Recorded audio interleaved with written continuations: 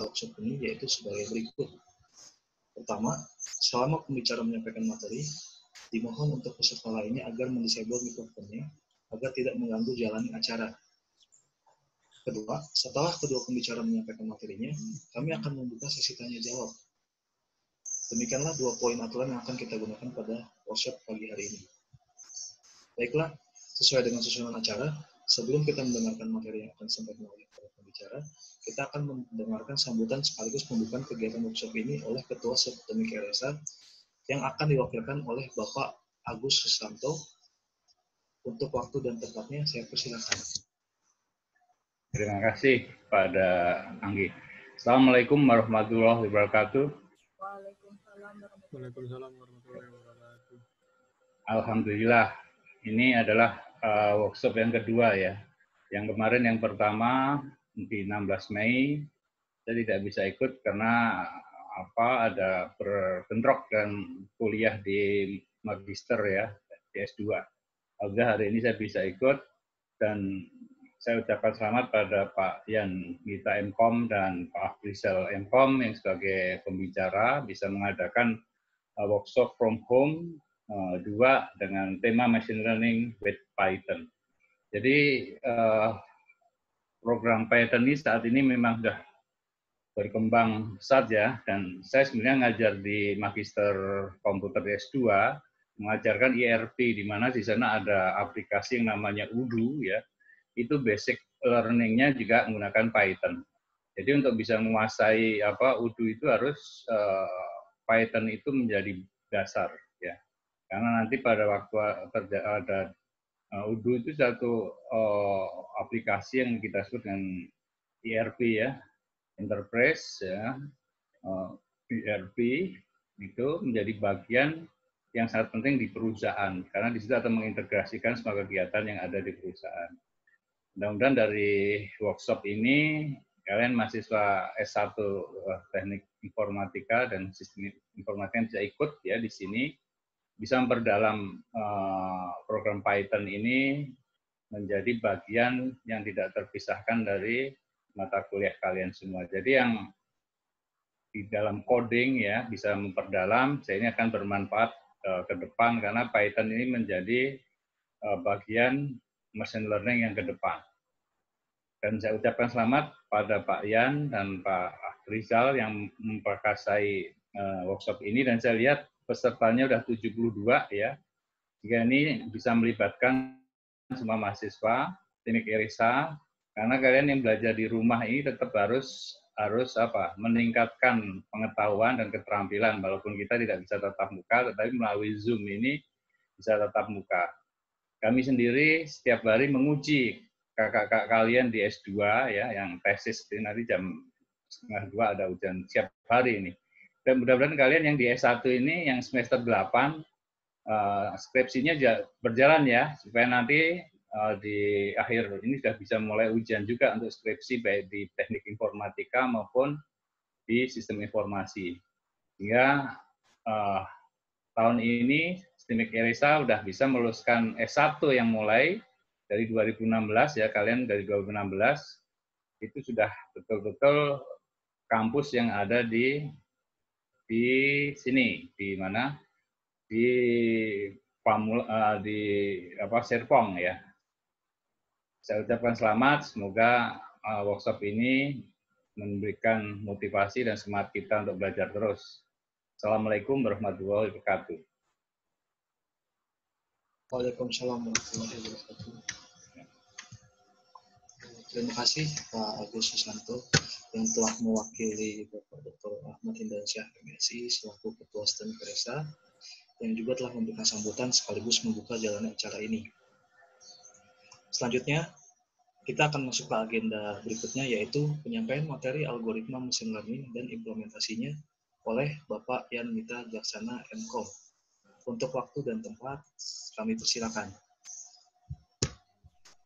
Ya, terima kasih panitia, Anggi, yang kami hormati, Pak Dr. Ahmad Hindasyah yang kali ini diwakili oleh Bapak Dr. Agung Susanto, Ketua Prodi Sistem Informasi, Sistem RSA, pembicara Bapak Zain Aprizal, MKOM, dan seluruh peserta yang saya banggakan. Kali ini saya akan membahas berkaitan dengan algoritma machine learning. Nah, kalau dibahasnya adalah algoritma machine learning itu ceritanya panjang karena algoritmanya banyak gitu. Jadi saya coba meringkasnya agar mudah untuk dipahami ya. Screen saya sudah muncul belum? Sudah. Slideshow ya? Sudah slideshow ya? Ya. Kita akan perkenalan dengan algoritma machine learning. Sebelumnya saya perkenalkan diri, nama saya Yanita Diaksana. Untuk kelas yang belum pernah saya ajar mungkin ya. Saya Kaprodi Teknik Informatika, Sistemik RSA. Apa itu machine learning? Sudah ada yang pernah tahu nggak? Pernah dengar mungkin? Sudah, Pak. Apa itu? Ya, intinya gini ya. Di dunia ini ada manusia, ada komputer. Kita harus membedakan ini ya, ada robot lah bilang. Apa yang membedakan antara manusia dan robot? Kalau manusia itu belajar dari pengalaman untuk melakukan sesuatu. Sedangkan robot itu mengikuti perintah.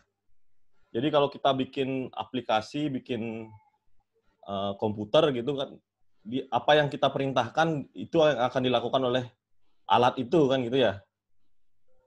Benar nggak? Lalu Betul. apa yang membedakan? Nah, apa yang membedakan? Kira-kira bisa nggak robot itu hampir sama dengan manusia, dia bekerja berdasarkan atau belajar berdasarkan pengalaman? Kira-kira bisa nggak? Nah, ini yang disebut dengan machine learning ya. Jadi dia melakukan sesuatu dengan pengalaman, tetapi berbeda dengan manusia. Berbeda dengan manusia, kalau manusia dia berdasarkan pengalaman, pengalaman yang ada di komputer itu adalah bukan pengalaman, tapi data. Ya, dia belajar dari data sebelumnya. Nah, itu yang disebut pengalaman di dalam komputer. Nah, berdasarkan data yang sebelumnya, dia akan bisa belajar, yang disebut dengan learning tadi, belajar. Sebagai contoh ya, salah satu algoritmanya misalnya harga rumah. Kita melihat satu rumah kecil, sebut saja harganya 100 juta atau 200 juta lah. Ada rumah yang besar, yang bagus, yang bertingkat, terus fasilitas lengkap, harganya 750 juta. Sekarang ada rumah yang sedang nih. Kira-kira berapa harganya? Kalau manusia kan bisa menebak nih, kira-kira berapa ya gitu. Nah, untuk komputer bisa mengetahui atau memperkirakan atau kalau forecast itu bahasa ininya apa ya? Meramal nih kira-kira harganya berapa. Nah, kita perlu melakukan sesuatu metode gitu untuk mengetahui itu. Nah, caranya kita buat kuadran ya. Kuadran yang terdiri dari X dan Y. Misalkan X itu adalah ukuran ya. Dari 1 sampai 12 sampai 14 itu ukuran ya. Ukuran tanah lah bilang. Terus yang kuadran Y-nya yang ke atas ini, sebentar, kelihatan nggak? Saya pakai ini aja. Yang ke atas ini, yang Y-nya ini adalah harga rumah. Ini X. Ini ukuran tanah gitu misalnya. Nah, titik-titik biru ini adalah data harga rumah yang sudah ada ya. Nah, ini yang disebut pengalaman di komputer. Jadi, ada dulu yang beli rumah kecil, harganya segini. Ada dulu beli rumah besar, harganya segini. Nah, ini yang disebut pengalaman di komputer. Sekarang kita lihat lagi. Misalkan rumah yang kecil. Nah, kita tarik ke atas ke titik biru, ternyata rumah yang kecil itu dengan ukuran 2, harganya 200 juta. Rumah yang besar dengan ukuran 12 itu harganya 750 juta gitu. Nah, gimana cara mengetahui harga rumah yang ukuran sedang?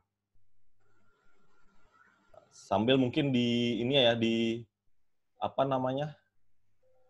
Di ini kalian di chat itu Coba dijawab ya. Kira-kira harga rumah ukuran sedang berapa? Apakah 400 juta, 500 juta, atau 600 juta? Silahkan coba diketik di chat.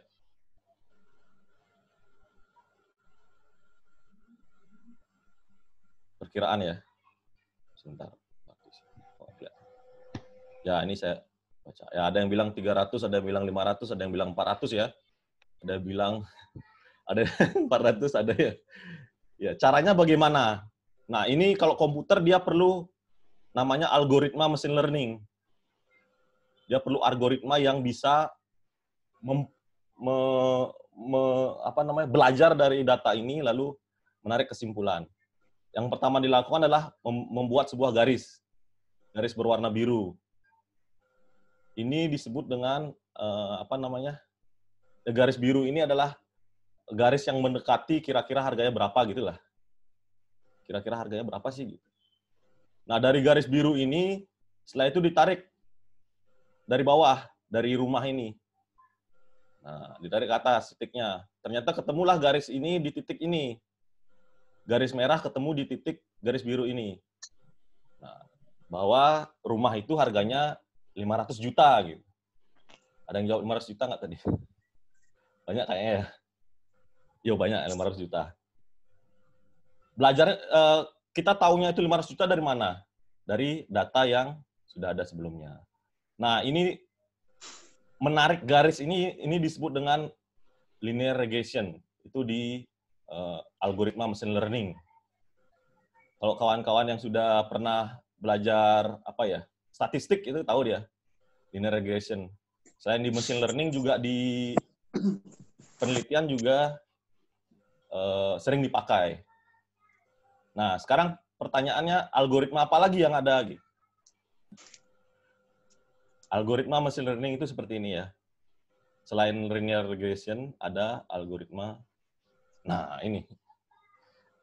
Nah, ini yang kira-kira mau dibaca semua nggak ini? Makanya setelah saya lihat dan evaluasi, sepertinya tidak sejauh ini akan saya berikan materi untuk hari ini, tapi minimal pengetahuan tentang apa itu algoritma machine learning lah. Saya mulai dari ini ya, dari sini gambar ini.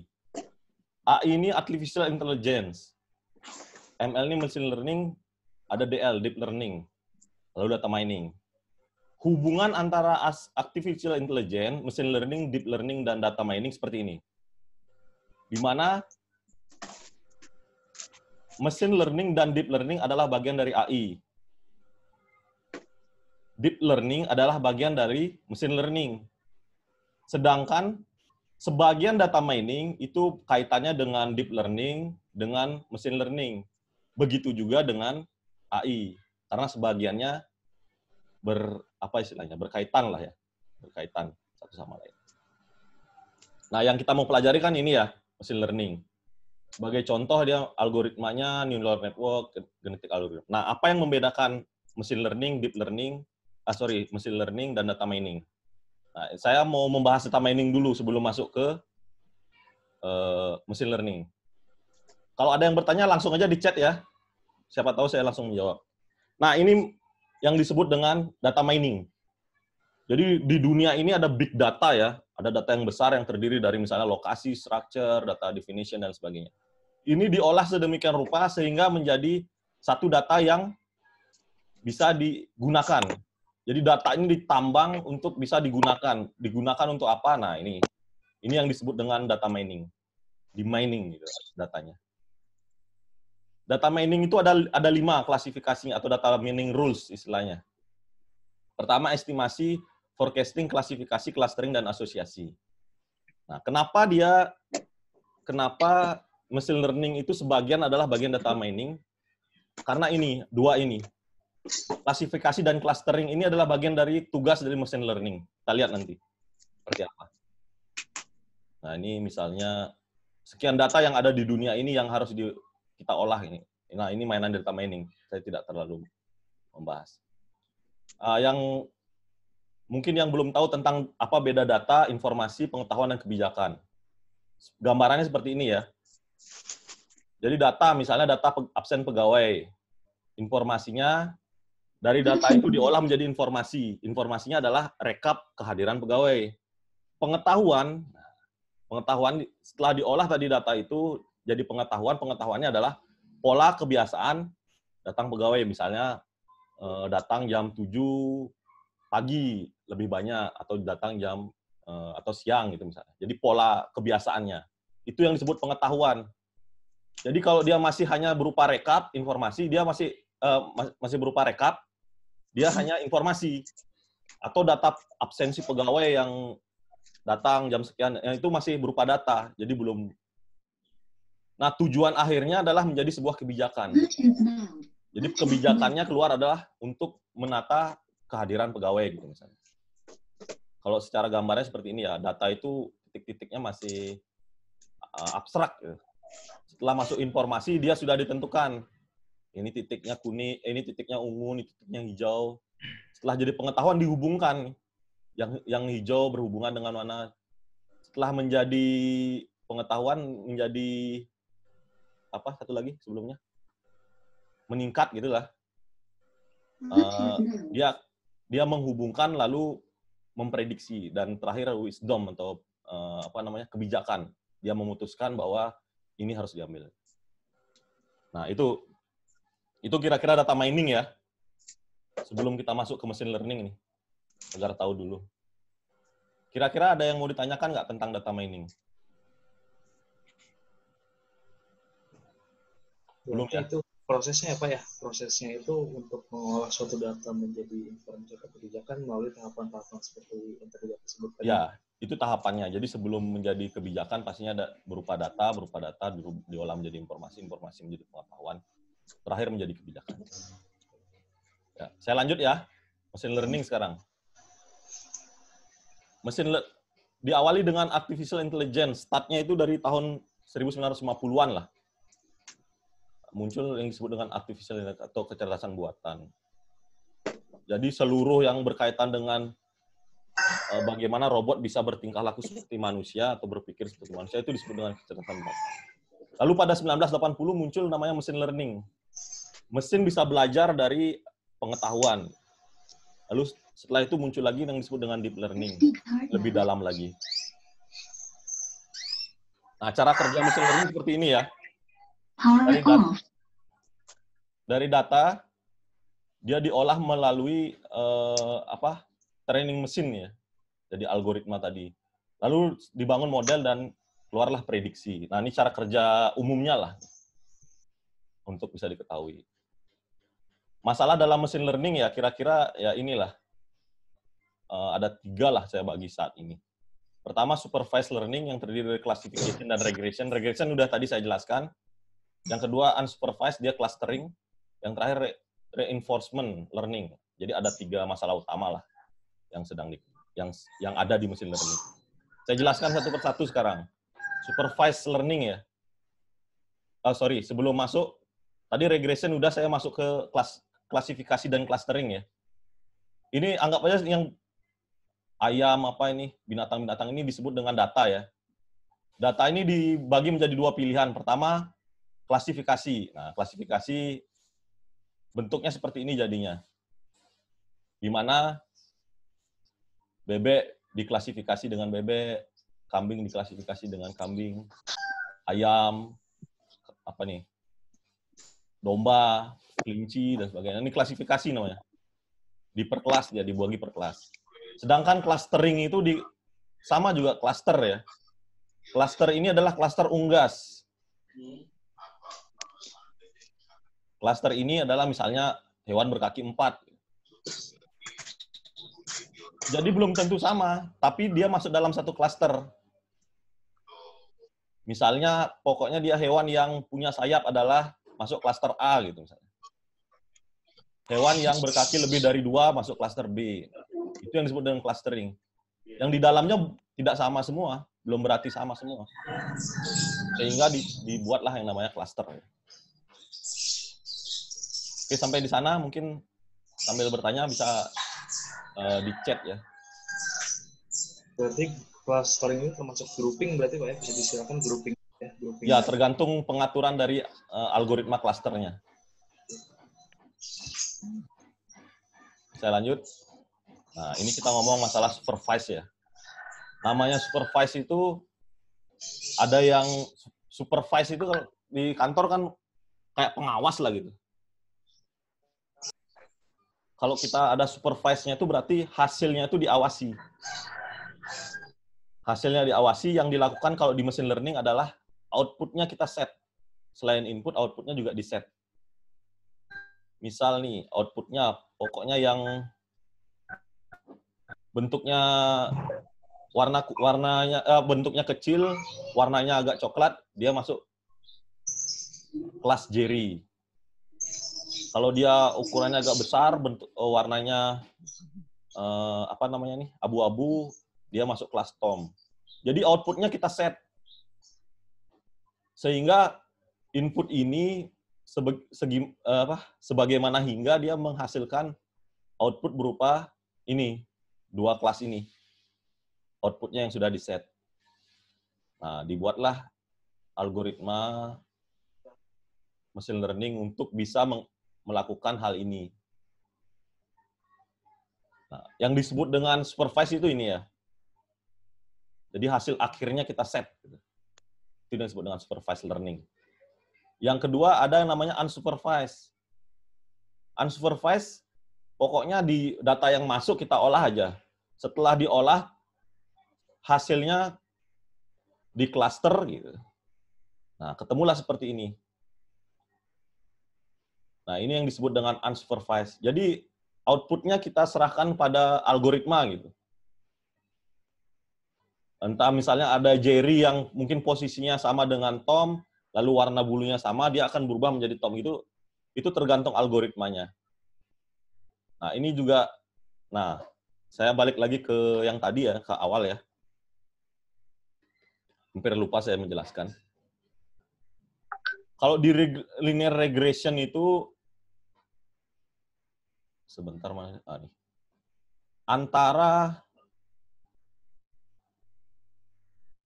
Antara titik dan garis ini, bisa dilihat, kan ada space ya. Antara titik dan garis nih. Nah, ini yang disebut dengan istilah kalau di algoritma itu error. Error. Nah, tugas seorang peneliti atau seorang misalnya buat tesis atau skripsi, dia mencari error yang paling minimal. Ini kalau garis-garis ini ya, yang merah ini kita hubungkan misalnya, kan bisa jadi gini ya, ada yang panjang segini, ada yang panjang segini. Setelah dikumpulkan ternyata errornya segini. Errornya anggap aja 0,5 gitu.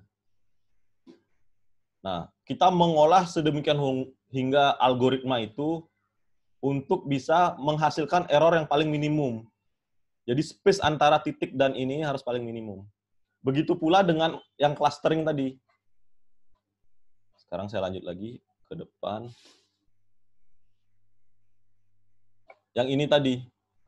Sedemikian hingga kita buat, misalnya ada nih ternyata yang setengah jarinya pindah ke sini. Nah, sedemikian hingga kita buat error yang minimum. Itu yang disebut dengan algoritma machine learning yang ditingkatkan kemampuannya. Nah, yang terakhir ini reinforce. Dia semi supervised. Kenapa disebut dengan semi supervised? Memang hasil akhirnya tidak ditentukan, tetapi di tengah dari proses ini ada yang disebut dengan agen. Agen. Sebenarnya yang agen inilah semi-supervised-nya. Kelihatannya tidak diawasi, tapi sebenarnya ada agen yang disusupkan ke algoritma yang untuk mempelajari lingkungan, environment, untuk bisa menghasilkan sesuatu yang benar. Itu yang membedakan. Kira-kira gitu ya untuk sambil ini, kalau ada yang ditanyakan silakan. Kecerdasan dari mesin itu sendiri tergantung dari algoritma yang kita gunakan ya Pak ya? Ya, tergantung algoritma. Nah, algoritmanya tadi yang gambar yang awal yang banyak itu Berarti pilihannya. dari algoritma itu kita bisa pilih mana yang memiliki tingkat errornya itu atau galatnya paling kecil, Pak ya, supaya Betul, akurasinya tinggi. error paling kecil. Nah, untuk menemukan error yang paling kecil kan kita harus ada pembelajaran sebelumnya ya. Itu yang disebut dengan literatur review ya. Jadi yang sebelumnya algoritma A digunakan, errornya sekian. Setelah itu kita review beberapa algoritma, misalnya algoritma A dan B, atau algoritma A dituning dengan algoritma B, akhirnya errornya lebih kecil. Nah, ini pengetahuan baru yang bisa dihasilkan. Itu bisa jadi, kalau skripsi kan hanya menerapkan algoritma. Menerapkan itu sudah cukup. Tapi untuk sesuatu yang baru, S2 itu wajib. Mungkin ada mahasiswa S2 di sini. Itu wajib ada sesuatu yang baru. Salah satunya adalah ya tadi misalnya tuning algoritma dengan algoritma A dengan algoritma B. Itu bisa dilakukan. Saya baca satu-satu ya pertanyaannya ya sambil jalan karena waktu saya lagi sedikit. Pak mau nanya label unlabel maksudnya apa? Yang mana itu ditanya? Label itu pelabelan ya. Artinya data input itu sudah dilabelkan dulu bahwa ini Tom, ini Jerry. Input itu sudah di pre-processing istilahnya. Sebelum diproses itu sudah di pre-processing sehingga hasil outputnya ya tadi sudah diawasi bahwa output inputnya ini outputnya harus ini gitu. Itu yang disebut dengan supervised. Kalau tidak dilabel dia unsupervised. Jadi tidak ada pre-processing, outputnya juga diserahkan secara utuh kepada algoritma untuk memutuskan ini hasilnya apa. Guna meminimumkan error agar prediction lebih akurat. Nah, meminimumkan error ini caranya ada banyak ya. Nanti kita cari. Nanti saya kasih tahu. Tapi salah satunya ini kan ada algoritma nih. Algoritma ini yang kita tuning. Bagaimana caranya mentuning? Banyak cara ya. Misalnya ada yang pernah pakai WK nggak? WK, misalnya apa? Rapid manner itu ya. Caranya menggunakan misalnya dua metode. Metode A diolah dengan metode B gitu. Ini bisa jadi tergantung hasil penelitian ya. Biasanya mengikuti dari data, tapi bisa jadi menjadi meminimalkan error ya, mengurangi error tadi. Berapa persen sih istilahnya? Bukan akurasi namanya. Istilahnya? Artinya lebih baik dari sebelumnya gitu lah. Nah, caranya ya salah satunya itu. Yang kedua bisa misalnya inputnya diolah, di pre-processing dulu dengan satu algoritma, setelah itu outputnya sesuai dengan yang diinginkan. Bisa jadi. Atau misalnya buat algoritma baru, tapi algoritma baru agak susah dan sangat jarang, biasanya 50 tahun sekali lah baru muncul algoritma baru. Ada yang tanya lagi misalnya siapa nih? Akbar ya, Ade Sulaiman Akbar. Oh, udah. Bukan. Nah, ada yang nanya nih tentang agen ya. Mana tadi? Saya clear dulu. Clear dulu. Nah, agen ini salah satu apa ya istilahnya? Model agen. Nah, agen ini salah satu hal yang dimasukkan ke dalam algoritma yang bisa mendapatkan reward. Reward itu yaitu tadi rewardnya apa? Apakah dia lebih baik, efisien misalnya, akurasi. Nah, agen ini yang bertugas mengawasi itu. Jadi agen ini yang bertugas mengawasi semua ini berdasarkan model training yang digunakan. Sehingga biasanya kalau dia pakai reinforcement algoritma atau reinforcement algoritma ya, reinforcement learning, biasanya data trainingnya lebih banyak. Data trainingnya misalnya 1.000, data testingnya bisa lebih sedikit karena dia mengolahnya di data training. Dicoba di data training yang banyak. Kalau istilah di machine learning itu ada namanya epoch, epochnya diperbanyak sampai sekian ratus kali, 1.000 gitu misalnya. Setelah itu kelihatan nih hasilnya, ternyata setelah di epoch sekian ribu kali muncullah, oh ini ternyata hasilnya lebih baik. Nah, setelah itu baru digunakan di data yang real, data real, inputannya asli, lalu diproses di sini. Bapak boleh bantu menjelaskan EDA, eksplorasi data analisis. Nah, kalau EDA ini mungkin lebih banyak nanti di data mining ya, nanti beda sesi. Pernah pakai WK untuk skripsi dan atau tesis, gunakan WK kah, Pak? Bisa, kalau tesis bisa pakai WK ya. Yang senang dengan data science bisa pakai WK. Kalau tesis banyak juga di RSA, tapi tidak sebanyak yang membuat aplikasi ya, tapi menggunakan WK ataupun toolsnya MATLAB gitu misalnya. Tapi kalau MATLAB dia kan main di algoritma. Kalau WK dia algoritmanya sudah ada modulnya, tidak perlu menginjek ataupun tidak perlu mengcoding gitu. Dia cuma tinggal masukkan data, langsung diolah dengan WK. Jadi lebih simpel WK itu. WK sama rapid miner misalnya. Tapi untuk materi WK rapid miner itu mungkin di sesi lain ya, belum sekarang. Oke, saya lanjut ya. Nah, ini Python library yang bisa digunakan misalnya, tapi ini lebih dijelaskan sama Pak Afrizal nanti. Misalnya Skippy ini untuk science computing. Jadi semuanya sudah lengkap itu modulnya, tinggal kita manggil modul saja. NumPy ini bisa juga, misalnya pemrosesan array, Pandas, analisis data, Matplot. Nah ini banyak nih. Dia bisa untuk visualisasi data, menampilkan visual, Skitnik untuk machine learning, TensorFlow, Keras sama Petrock ini untuk deep learning. Biasanya dipakai kalau deep learning misalnya apa, RNN, CNN itu ya. Kira-kira itu. Nah, ini untuk implementasinya misalnya hasil pencarian search engine gitu. Jadi kalau nge-search di Google itu pas kita ketik rekomendasinya sudah muncul nih kayak ini ya. Mau ngetik misalnya rekomendasi tempat wisata, D-nya udah sisanya udah muncul semua. Karena dia pakai machine learning. Jadi mesinnya sudah bisa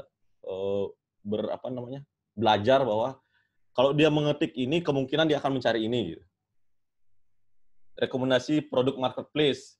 Kalau yang pernah belanja online pasti misalnya nih kita umur sekian diperkirakan punya anak bayi, itu pasti rekomendasinya popok, susu gitu. Jarang misalnya apa yang tidak mungkin digunakan yang tidak mungkin dibeli oleh orang yang umuran sekian gitu misalnya. Atau dia tinggal di perkotaan, pasti dia memberikan rekomendasi pengalaman pengguna sosial misalnya, sosial media. Kalau ada yang pernah pakai Facebook itu di beranda kalian tuh sudah pakai algoritma sekarang. Berandanya itu tidak mungkin orang yang tidak, pasti yang muncul itu aja. Karena dia akan memunculkan orang-orang yang memiliki kaitan hubungan. Konten periklanan, asisten virtual, penyaring spam ini, online fraud detection, video surveillance, diagnosis medis. Diagnosis medis ini Pak Adari dia bikin tentang misalnya prediksi penyakit TBC melalui dahak. Dia pakai MATLAB itu kalau nggak salah kemarin. Mobil kendali otomatis ini ya, autopilot dia mobilnya. Speech understanding ini biasanya kalau yang suka nonton Iya. Avenger itu kan. Terus udah. Kalau di Avenger ada Friday, pernah dengar nggak si robotnya si Iron Man itu? Friday atau Jarvis gitu. Itu di speed understanding. Jadi dia bisa menjawab apa yang ditanyakan. Pendeteksian misalnya yang nonton Fast Furious ada namanya alatnya God Eyes. Jadi dia meretas seluruh perangkat kamera yang ada di dunia, setelah itu bisa mencari orang. Kalau dulu mencari Osama bin Laden gitu misalnya, atau mencari satu penjahat gitu agak susah. Tapi sekarang dengan adanya aplikasi itu, misalnya God Eyes itu, dia mencari sesuatu lebih cepat dan lebih mudah. Karena dia bisa mendeteksi wajah, setelah itu memberikan informasi ke server. Ya, kira-kira itu aja informasi yang bisa saya berikan. Mungkin sambil jalan nanti, kalau ada yang ditanyakan, silakan. Saya kembalikan ke panitia. Baik, terima kasih Pak Yan atas materinya Pak. Kita jadi tahu ya bahwa berbagai macam algoritma machine learning dan implementasinya, bagaimana teknik atau machine learning itu sendiri. Bagi rekan-rekan yang masih ingin bertanya, mungkin bisa dicatat dulu pertanyaannya, nanti bisa disampaikan pada sesi tanya jawab di akhir acara. Selanjutnya kita akan masuk ke agenda berikutnya, yaitu penyampaian materi aplikasi machine learning dengan Python oleh Bapak Afrizal Zain M.Com. Untuk waktu dan tempat, saya persilakan Pak. Oke, terima kasih. Assalamualaikum warahmatullahi wabarakatuh. Ya, kita mau mulai dulu. Saya buka dulu materinya. Buat teman-teman yang mic-nya masih on, tolong di-disable dulu ya. Terima kasih.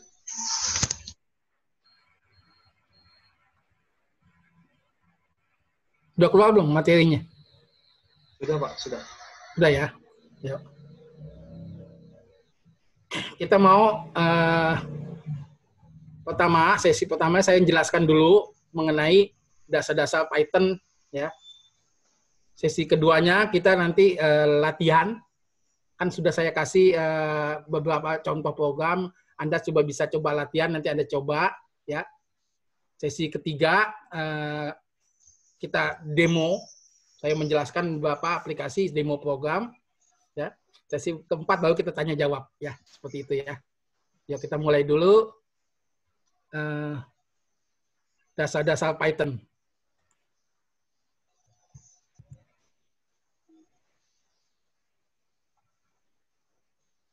Apa sih itu Python gitu?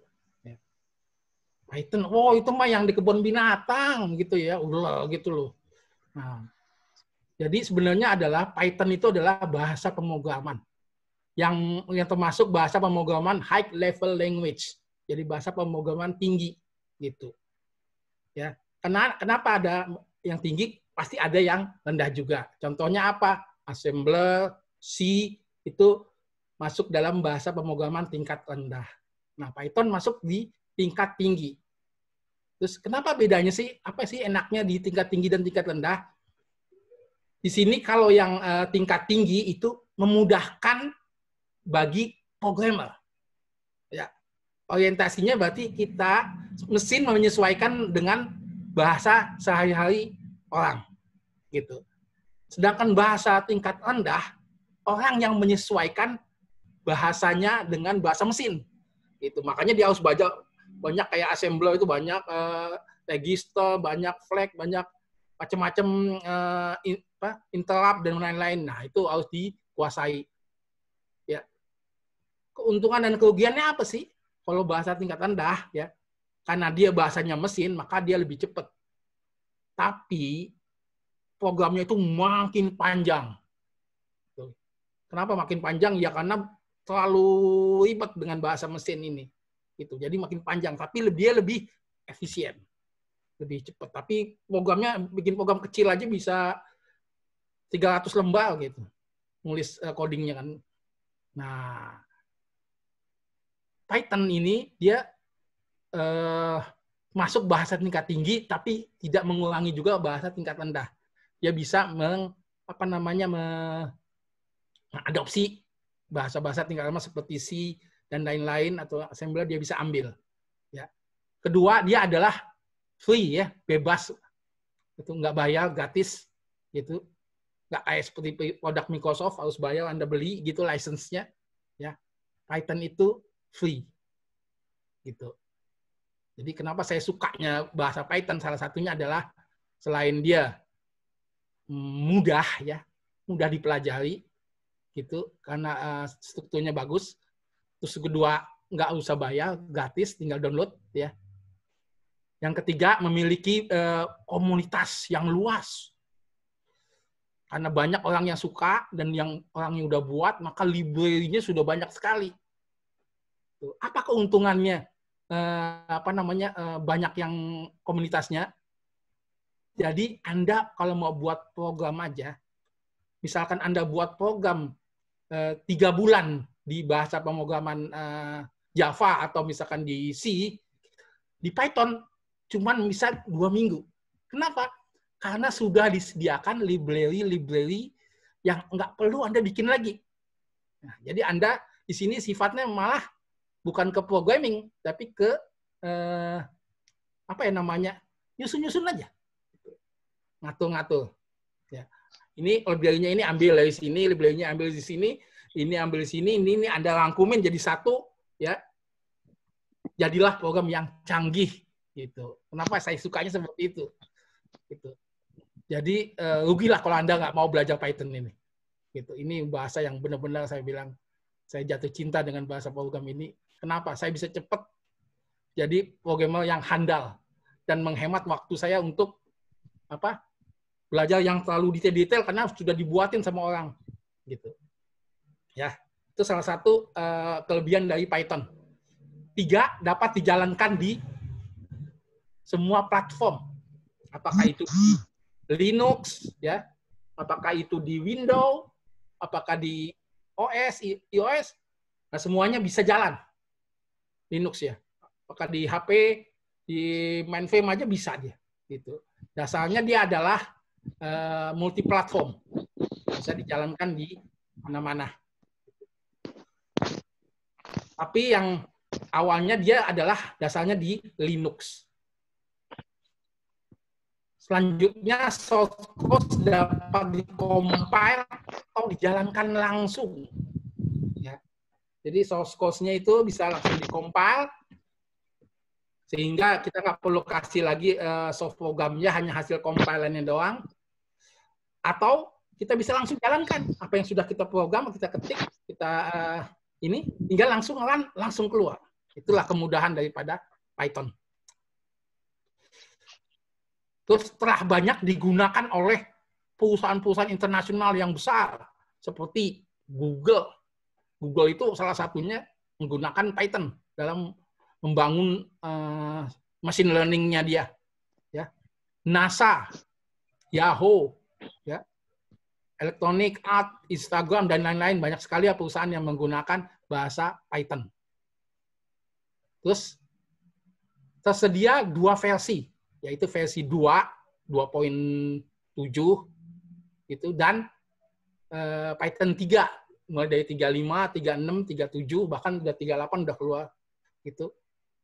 Ada sedikit perbedaan, ya, tapi nggak terlalu banyak, dasarnya sama, cuman di Python 3, kekurangan Python 2 disempurnakan lagi, lebih mudah lagi. Gitu. Oke, lanjut. Python dapat berupa bahasa script. Nah, ini. Ya. Cepat dalam pengembangan dan prototype. Tadi saya sudah cerita ya, kalau di bahasa PHP bikin bisa panjang lama, tapi di Python hanya bisa cepat dalam beberapa hari aja Anda bisa menghasilkan aplikasi yang canggih. Ya. Karena cepat dalam pengembangan. Cepat dalam pengujian. Nah, ini juga ya. Bayangkan kalau di bahasa lain, kalau Anda melakukan kesalahan, itu susah sekali koreksinya, salahnya di mana ini. Gitu. Di Python ketahuan nanti. Setiap dijalankan langsung di tempat itu dikasih tahu kesalahannya apa yang harus diperbaiki. Ya. Jadi mudah dalam pengujian, pluggable ke C, C++, dan Java. Jadi dia bisa memanggil library daripada C, C++, dan Java. Orientasi objek, ya. Jadi dia udah OOPS ya, OOP, Object Oriented Programming, memiliki ratusan pustaka. Ini ya, ini handalannya daripada Python adalah pustakanya itu sudah banyak sekali, apalagi yang di poin 2.7 itu sudah banyak sekali. Mengkonversi tab-tab variabel secara otomatis. Gitu ya. Bayangkan ya, kalau Anda mau buat aplikasi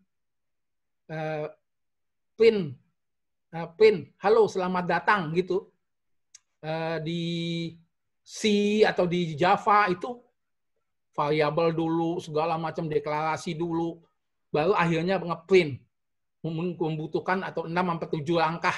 Sedangkan di Python cukup print, hello, selamat datang. Jadi praktis sekali gitu, ya. Bersih dan mudah dibaca karena spasi kosong adalah bagian dari sintaks. Ya. Jadi tidak ada lagi kurung-kurawal seperti pada C ataupun di Java. Nah, di Python adalah spasi, nyatakannya adalah sintaknya. Oke, lanjut. Editor yang dapat digunakan di Python, ini ya banyak sekali editor yang bisa, ada yang di Linux, ada yang di Windows, ada yang di tempat lain, ya. Termasuk Visual Studio Code, ini bisa juga. Kalau saya pakainya Notepad++, itu bisa langsung. Gitu. Saya biasanya sih pakai yang di Linux-nya ya, gitu. Jadi nggak pakai Notepad, pakai yang editor di Linux. Nah, ini hasil survei internasional ya. Di akhir 29, di Desember 2009, Python sudah menyalip Java. Tadinya Java nomor 1, bahasa yang paling populer. Ya, Python sudah menyalip dengan share-nya adalah 29,71%. Ya. Trendnya naik 4,1%. Jadi trendnya semakin banyak orang yang suka dengan bahasa Python. Gitu. Nah inilah. Jadi Python nomor 1, Java, JavaScript, C#, PHP, C++, dan lain-lain nih lanjutnya. Ya. Tipe daripada data, ya ada tipe string ya di Python itu. Nah contohnya adalah apa sih? Nah ini dia. String itu adalah kata-kata ya sini. Python, logs, maka kalau ditambah Python ditambah log, maka hasilnya Python logs. Nah, ini contohnya aja. Ya. Repetition artinya diulang 2 kali, dia cukup dikali 2 kali. Maka keluar Python. Cutting artinya memotong mulai dari 2 sebanyak, mulai dari 2 sampai 3. Ya, jadi P, Y, maka TH yang diambil. Size, ya. Len daripada itu panjang daripada kata Python. 1, 2, 3, 4, 5, 6. Maka dia ada dapat keluar angka 6. Indeks daripada Python 2 adalah T. Search, X dari Python. Maka dia, karena ini sifatnya boolean, apakah itu ada nggak kata X dalam Python? Tidak ada, maka dia false. Ya. Comparison. Python adalah bagian daripada kebun binatang karena Python itu dianggapnya ular ya. Ya, maka dia ada di zoo, kebun binatang. Maka dia jawabannya zoo. Ya, tipe data majemuk yaitu disebut dengan list ya, ekuivalen dengan array atau vektor pada C maupun C++. Jika X adalah 0, 1, 2, 3, 4, membuat array berukuran 5. Ya. Ini komen-komennya. Maka bisa X.append artinya menambah, dan lain-lain selanjutnya. Ya. Ini menghitung panjangnya menggunakan len. Nah ini mylist 0. Nah karena dia sifatnya list itu majemuk, dia boleh angka, boleh dengan alfabet gabungan, semua aja pokoknya list. Ya. Maka mylist 1 adalah A. Mylist 5, 1 adalah C. Mylist 1.23 adalah A, hello, dan 1. A, hello, dan 1. Ingat ya, Python itu mulai dari angka 0. Jadi kalau dia 1 berarti mulai dari A. Gitu. Oke. Tuples. Ya, membuat array berukuran, nah ini sama juga. Perbedaannya list dengan tuple adalah list memungkinkan berubah multi-table. Tuple tidak dapat berubah multi-table. list dapat berubah ukuran, tuple tidak. Tuple sedikit lebih cepat daripada list. Variabel tidak perlu dideklarasikan.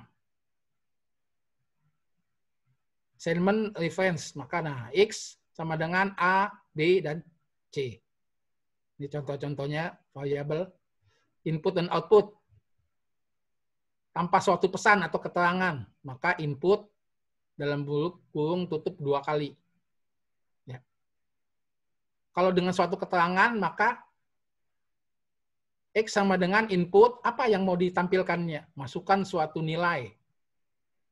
Tanda kutip, kurung tutup. Nah, nanti akan nilai ini di input dan masuk ke variabel X.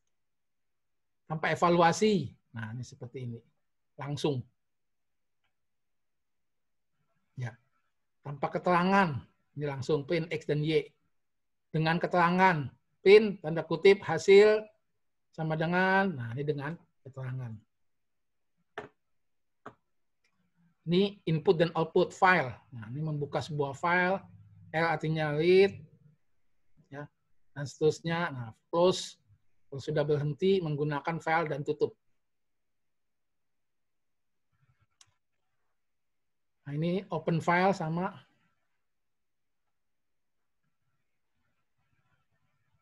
Nah, struktur bersyarat, ya. Setiap ada if, lalu ada titik 2 sebagai tandanya. Jadi if nilai sama dengan 100, maka print nilai adalah sempurna. Elif nilai sama dengan 80, maka apa? Selanjutnya, nah ini untuk misalkan mengkonversi dari angka ke huruf. Misalkan dari 0 sampai dengan 30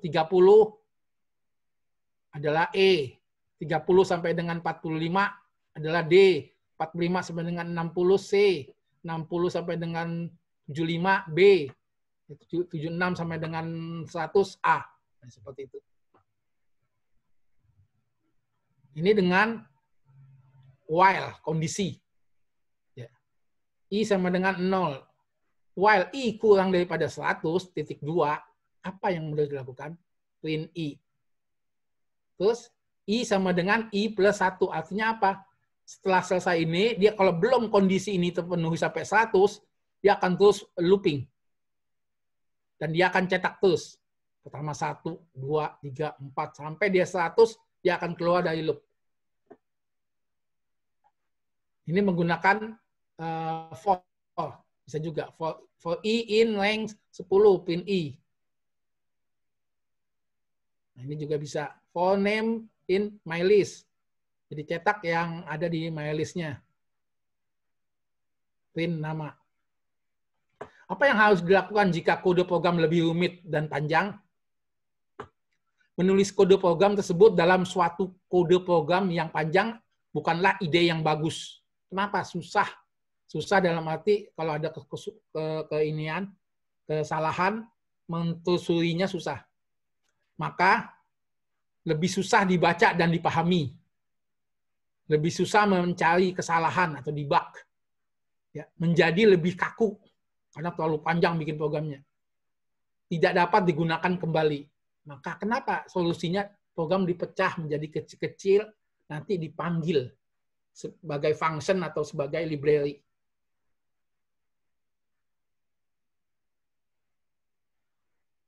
Nah, fungsi def. Def, nama fungsi parameternya, ya, isi fungsinya. Nah, ini cara contohnya. Jadi kalau def selalu ada fungsi, ingat ya, harus ada titik 2 di belakangnya. Nanti tinggal panggillah nama fungsinya langsung. Supaya kode program dapat dengan mudah dipahami lagi pada masa yang akan datang, maka kode program tersebut sebaiknya diberi keterangan atau komentar. Komentar dimulai dengan tanda pagar ini, atau dengan tanda kutip 3 kali, tengah-tengah ditutup lagi kutip 3 kali, sama aja. Itu sebagai komentar. Jadi supaya kita ingat fungsi ini digunakan untuk mencari nilai terbesar. Modul. File source code Python. itu dengan titik PY. Dikenal juga dengan istilah modul. Ya. Untuk mengeksekusi Python dapat dilakukan dengan cara Python nama program Python. Jadi ini menjalankannya kalau secara langsung, ini kita udah masuk ke Python, tinggal panggil Python, nama programnya, belakangnya yang harus ditampilkan sebagai .py. Ini extension-nya. Pustaka. Pustaka atau library adalah kumpulan modul-modul untuk suatu masalah tertentu. Misalnya NumPy. Tadi yang setelah dijelaskan dengan Pak Yan, bahwa pustakanya banyak sekali. Salah satunya NumPy, ada SciPy, ya, ada Matplotlib, dan banyak lagi. Gitu. Jadi semuanya sudah ada, tersedia. Kita tinggal menggunakan, tinggal panggil.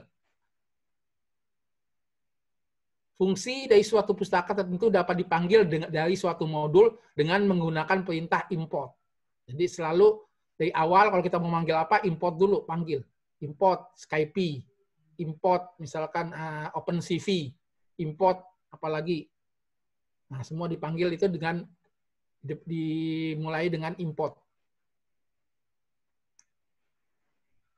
Oke, ini referensinya. Oke. Sekarang coba jalanin yang contoh program Python-nya. Jalanin contoh program Python videonya.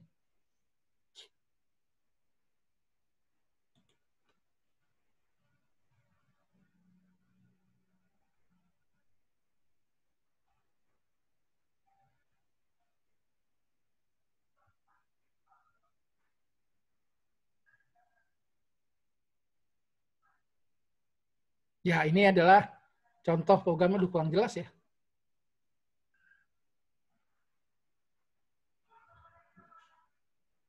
Ya, pokoknya itu source-nya sudah saya kasih semua, Anda bisa lihat, terus Anda coba jalankan aja ya. Anda coba jalankan. Ingat ya, kalau jalankannya di Python 27 sama di Python 3 ke atas ya, perbedaannya di print-nya saja. Kalau di Python 3, jangan lupa kasih tanda kurung. Ya, ini contohnya. Nanti kalau sudah dijalankan, di run, dia akan keluar. Nah, seperti ini. Menghitung luas segitiga, kasih nilainya, maka luasnya akan keluar langsung. Ini contoh 1. Berikutnya,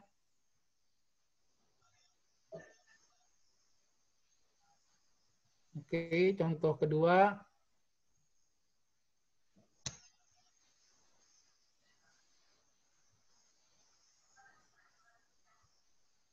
Ini adalah program untuk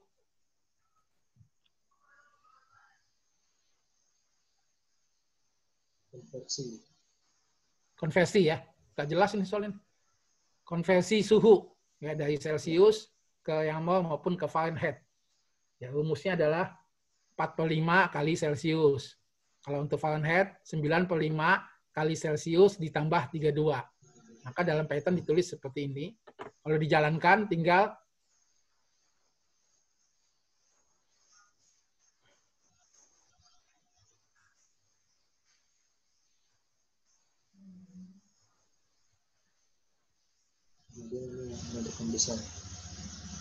ya.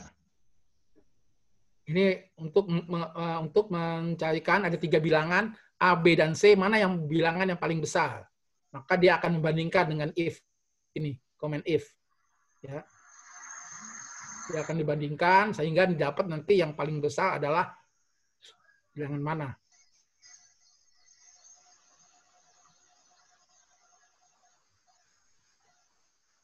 Oke, kalau kita jalankan,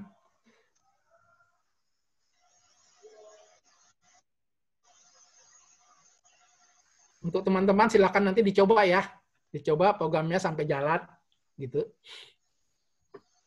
Ini contohnya aja, kan ada banyak tuh yang belum ditampilkan di sini.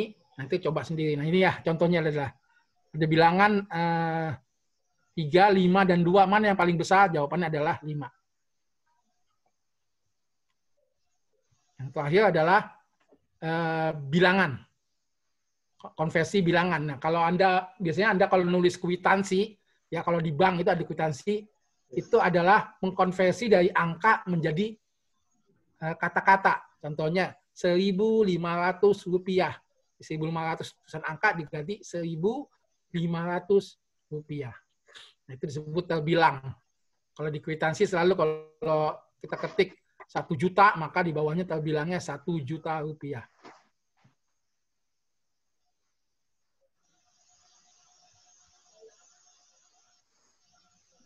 Jadi ini adalah caranya dengan dipotong-potong, adalah dipotong-potong mulai dari satuan, ribuan, jutaan, semuanya dipotong-potong, maka nanti digabungkan kembali.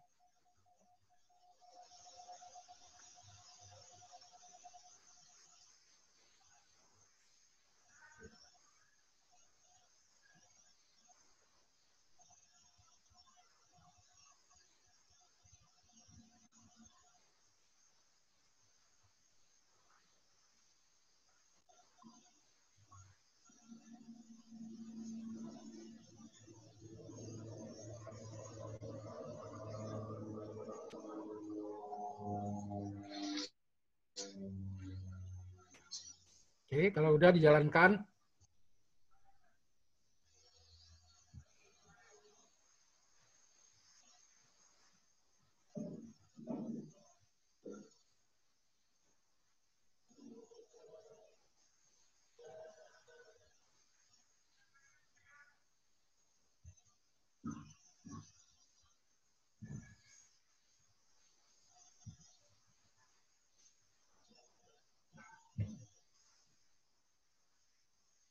ya, masukkan angkanya di sini.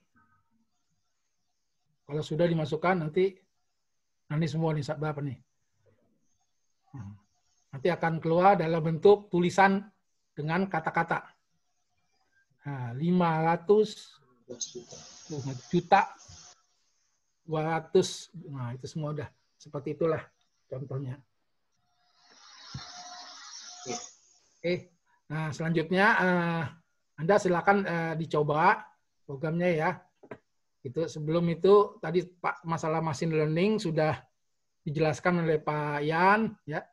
Itu saya sudah bikin beberapa program machine learning ya. Nanti saya akan tampilkan gitu dalam bentuk demo, dan ada yang nanti dalam bentuk live juga ada, boleh ya. Intinya apa sih machine learning? Jadi mesin itu belajar ya. Mesin itu belajar dari kita kasih data-data selengkap mungkin. Semakin banyak data-datanya, maka semakin pintar dia. Nanti dia akan memprediksi dari data yang sudah dia belajar itu, dia akan mengukur berapa kemungkinan. Sebenarnya prediksi, sistemnya ini prediksi. Kemungkinan berapa persen akurasinya ketemu dengan data yang dia sudah pelajari gitu. Problemnya adalah semakin banyak data, ya, maka proses pelatihan itu semakin lama sekali. Semakin lama sekali selesai. Makanya sekarang ada yang baru yang namanya disebut deep learning. Deep learning itu adalah menggunakan fasilitas daripada VGA. Jadi prosesor yang ada di VGA itu dipakai buat proses untuk menjalankan pelatihan daripada machine learning. Makanya disebut deep learning, lebih dalam lagi dia. Gitu. Karena dulu nggak kebayang kenapa ilmu ini dulu belum sampai bisa, karena nggak kebayang daripada prosesnya itu lama sekali untuk pelatihannya. Butuh prosesor, butuh komputer yang sangat powerful gitu. Nah, sekarang dengan kemajuan teknologi, komputer sudah makin canggih, makin bagus, maka untuk machine learning ini ke depan makin populer, makin maju. Gitu. Kenapa? Nanti semua peralatan, semua apa ya, apalagi yang menyangkut prediksi dan klasifikasi apa segala macam itu dikerjakan dengan machine learning gitu. Jadi semua komputer dilatih ya itu untuk belajar gitu, untuk belajar akhirnya dia bisa memprediksi gitu. Coba kita jalankan contoh program ini. Yang pertama yang James Bond. Ini memprediksi orang gitu. Cuman saya nggak terlalu banyak data yang saya masukin, jadi mungkin ada barang-barang yang nggak terdetek.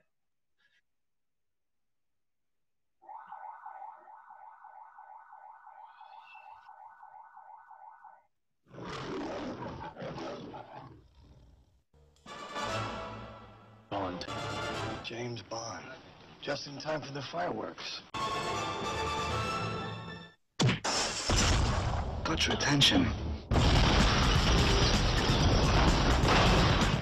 I mean, what do you know of James Bond? He'll light the fuse on any explosive situation. Show me the diamonds. Don't blow it all at once. You're suspicious of Graves, or I wouldn't be here right now. Orphan working in an Argentinian diamond mine. Makes a huge find in Iceland and gives half of it to charity. My friends call me James. My friends call me James Bond. Wow. Now there's a mouthful.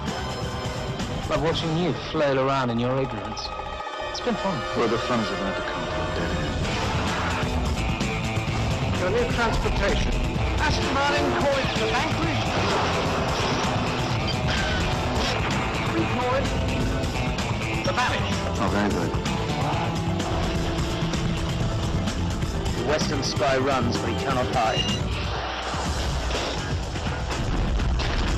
Well, it seems you've become useful again. Maybe it's time you let me get on with my job. Oh, this is where they keep the old relics, eh? Twist, sir, voila! No, you're cleverer than you look. Still better than looking cleverer than you are. Who said you? Your mama. Where you're going, you'll get straight killed. I take it Mr. Bond's been explaining his Big Bang theory. Oke, ini yang kedua ya. Ini waktu nggak apa-apa langsung jalanin aja itu. Contoh yang kedua tuh waktu saya seminar di Panata gitu. Nanti kalau saya bilang pause ya di situ. Nah, di sini bawah sini dia bisa ngenalin ya. Ini ada motor di sini. Ada tanaman dalam pot. Nah, jadi komputer dia bisa ketemu apa barang yang dilihat langsung di tag ya, ada kursi.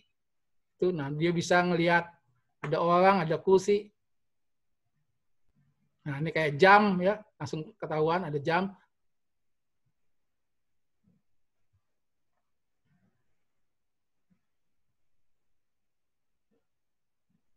Sama seperti Google Lens ya, Pak? Ya. Nah, ini contohnya.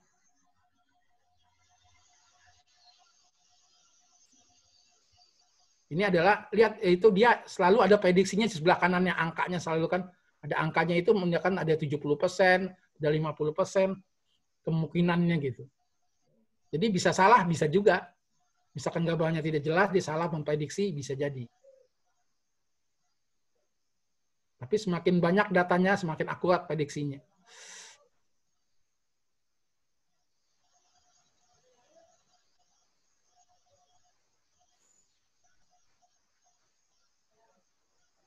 Jadi dasarnya kalau robot nanti ke depan, ya dasarnya adalah robot itu harus tahu dia apa. Ini adalah ini, adalah ini. Nah, ini jadi intinya program ini adalah untuk robot nanti ke depan.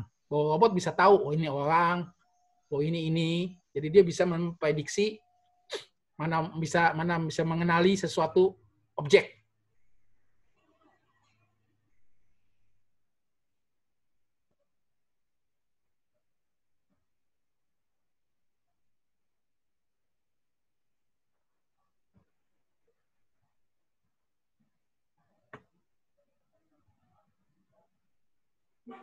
Nah, ini pelatihannya cukup lama juga karena banyak juga data yang saya harus masukin.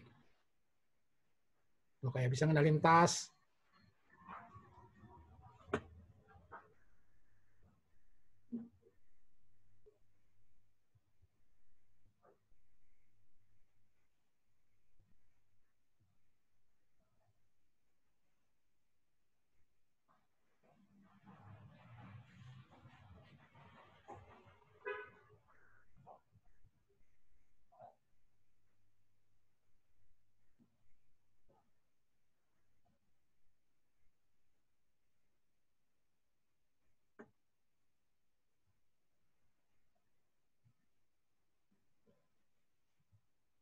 Nah, ini waktu di Systemic RSA.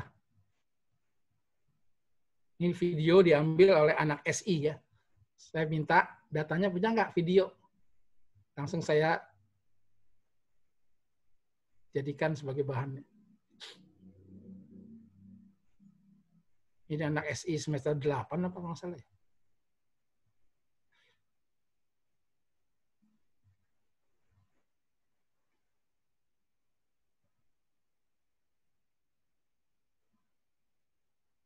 Kebetulan saya nggak isi suara, jadi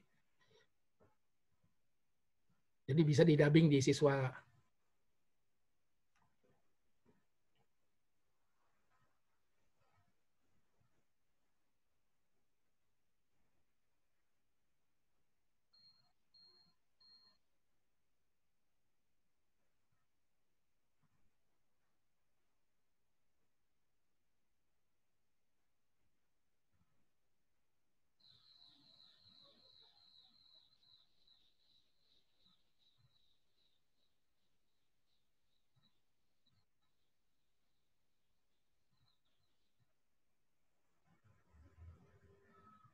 Ya, oke, itu salah satu contoh ya. Gitu. Selanjutnya saya mau ceritakan apa saja yang telah saya buat aplikasi menggunakan machine learning. Nanti saya akan share di slide sini ya, di jurnal-jurnal saya.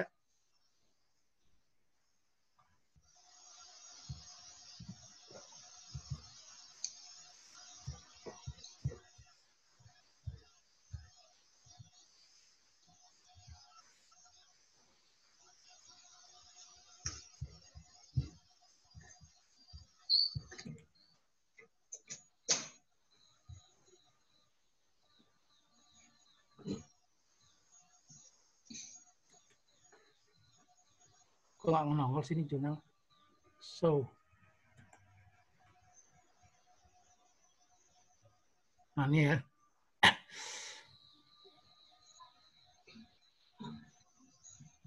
Ini contoh jurnal.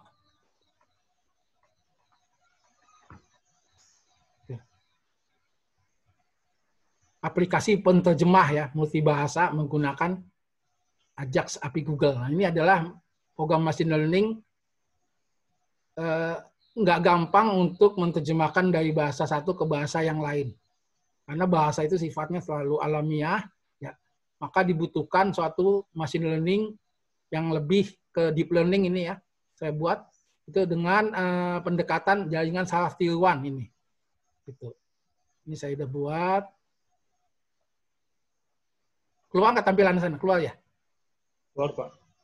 Ya, nah ini dia. Ini salah satunya ini cara teknik menggunakan jaringan saraf tiruan ini. Menggunakan Python semua.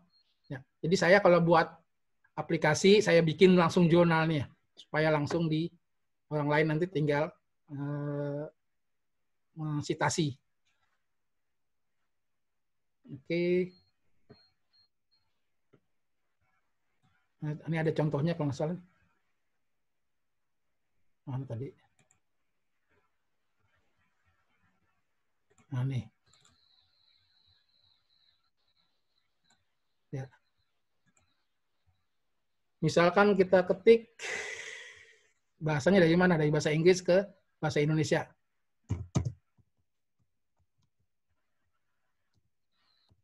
Nah, I love you. Apa sih artinya ke bahasa Indonesia?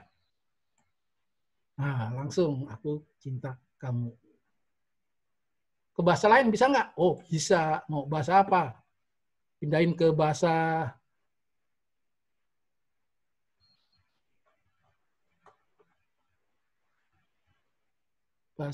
Jerman misalkan. Mana Jerman sih?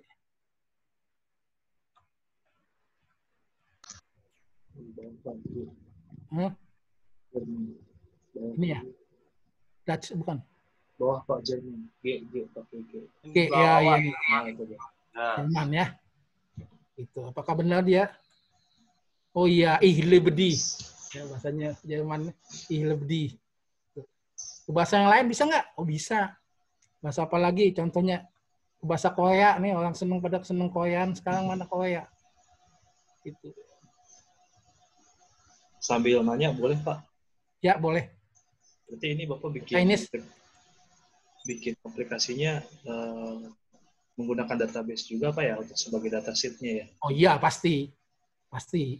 Jadi semua data dikumpulin gitu. Nanti dia akan terjemahkan berdasarkan daripada suatu kata. Itu misalkan kita ganti deh. Saya sedang belajar Ini pakai data Google ya, Pak? Python. Ya. Ya kalau kita translate ke bahasa mana nih? Ke bahasa ini bahasa Indonesia ke bahasa Indonesia Indonesian ke bahasa English.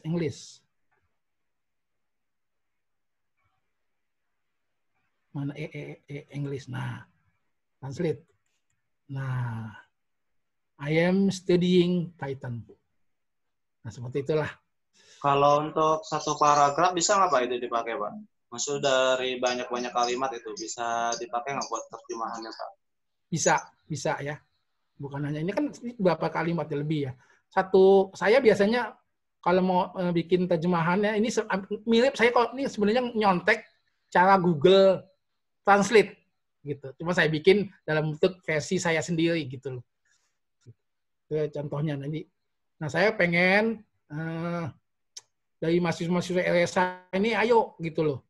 Untuk membuat skripsinya jangan program web mulu lah, yang lain. Yang antik-antik lah dikit gitu loh. Yang kira-kira nanti pengujinya wow, keren gitu. Pak, tanya dong. Ya, Ini berdasarkan API Google ya, Pak? Gimana? Ini datanya bukan diambil dari API ya, Pak? Ya. Bisa dari API. Ya oke, saya contohin lagi yang lain. Ya. Saya banyak ya. Mana di jurnal-jurnal saya sih? Apa belum dipanggil semua ya? Oh, dipanggil dulu baru nongol di sini ya. Bisa bukain nggak dari sana? Coba jurnal, di direktori jurnal tuh banyak. Sebentar. Jurnal yang mana Pak? Coba lihat, buka aja dulu. Dibuka, nanti saya tunjukin buka yang ini. Sebentar Pak. Yang mana Pak? Nah. COVID-19. Nah, coba COVID-19 nih, yang paling terbaru nih saya bikin jurnal COVID-19. Ini menggunakan machine learning juga, deep learning.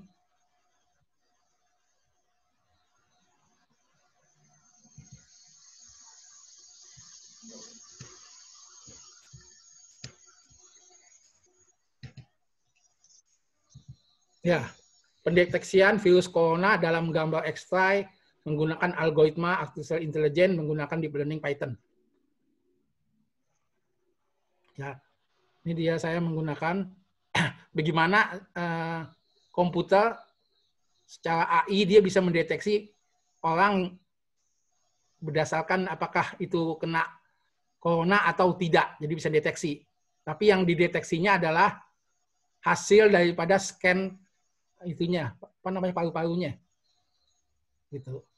Jadi saya baca data hasil dari scan, ya.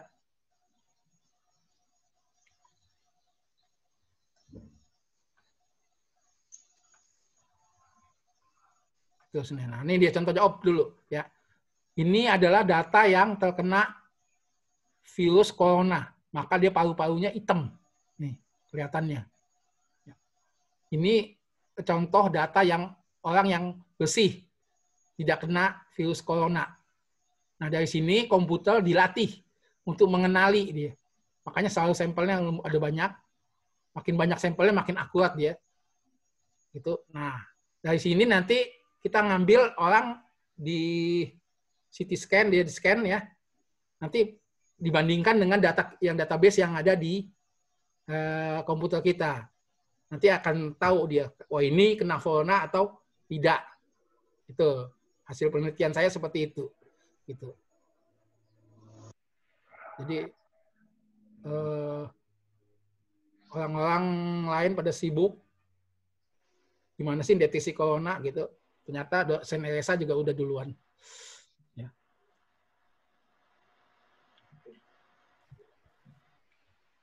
Oke, tutup dulu itu. Ini ada juga satu mahasiswa direspon ya.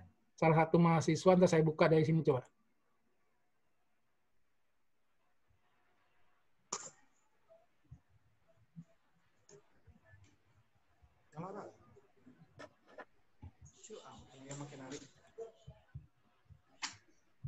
Sasak dia. Mana ya? Aduh.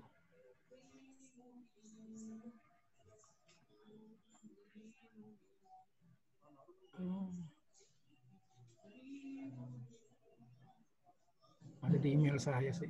Jadi salah satu ada mahasiswa dari perguruan tinggi di Jakarta ya, merespon dia mau meneliti lebih lanjut dari penelitian saya tentang virus corona ini. Dia minta izin, minta dituntun, minta izin, akan mengembangkan lagi gitu. Dan saya dukung ya. Itu ada di email masalah, di email saya. Pun nggak ada di sini. Oke, selanjutnya jurnal yang selanjutnya.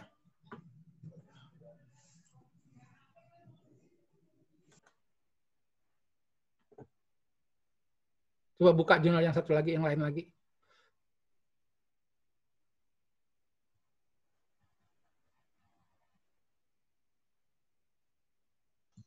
Yang mana Pak, yang gabung-gabung wajah atau jahit gambar? Yang mana yang nggak kelihatan sih, yang mana? Sebentar, Pak. Maaf. Tampilin dulu, belum ditampilin. Pak, gabung-gabung wajah. Oke.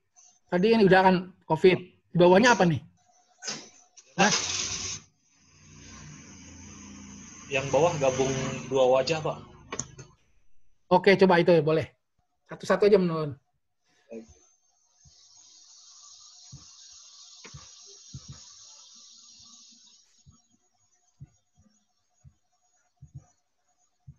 Ya.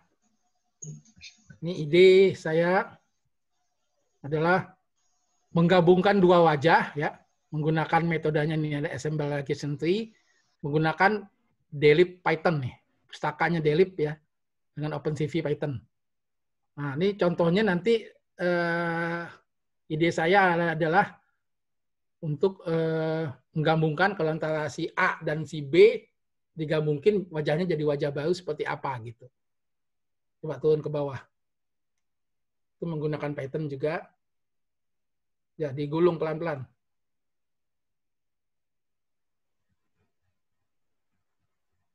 Ya. Semua yang jurnal saya sudah saya terbitkan ya.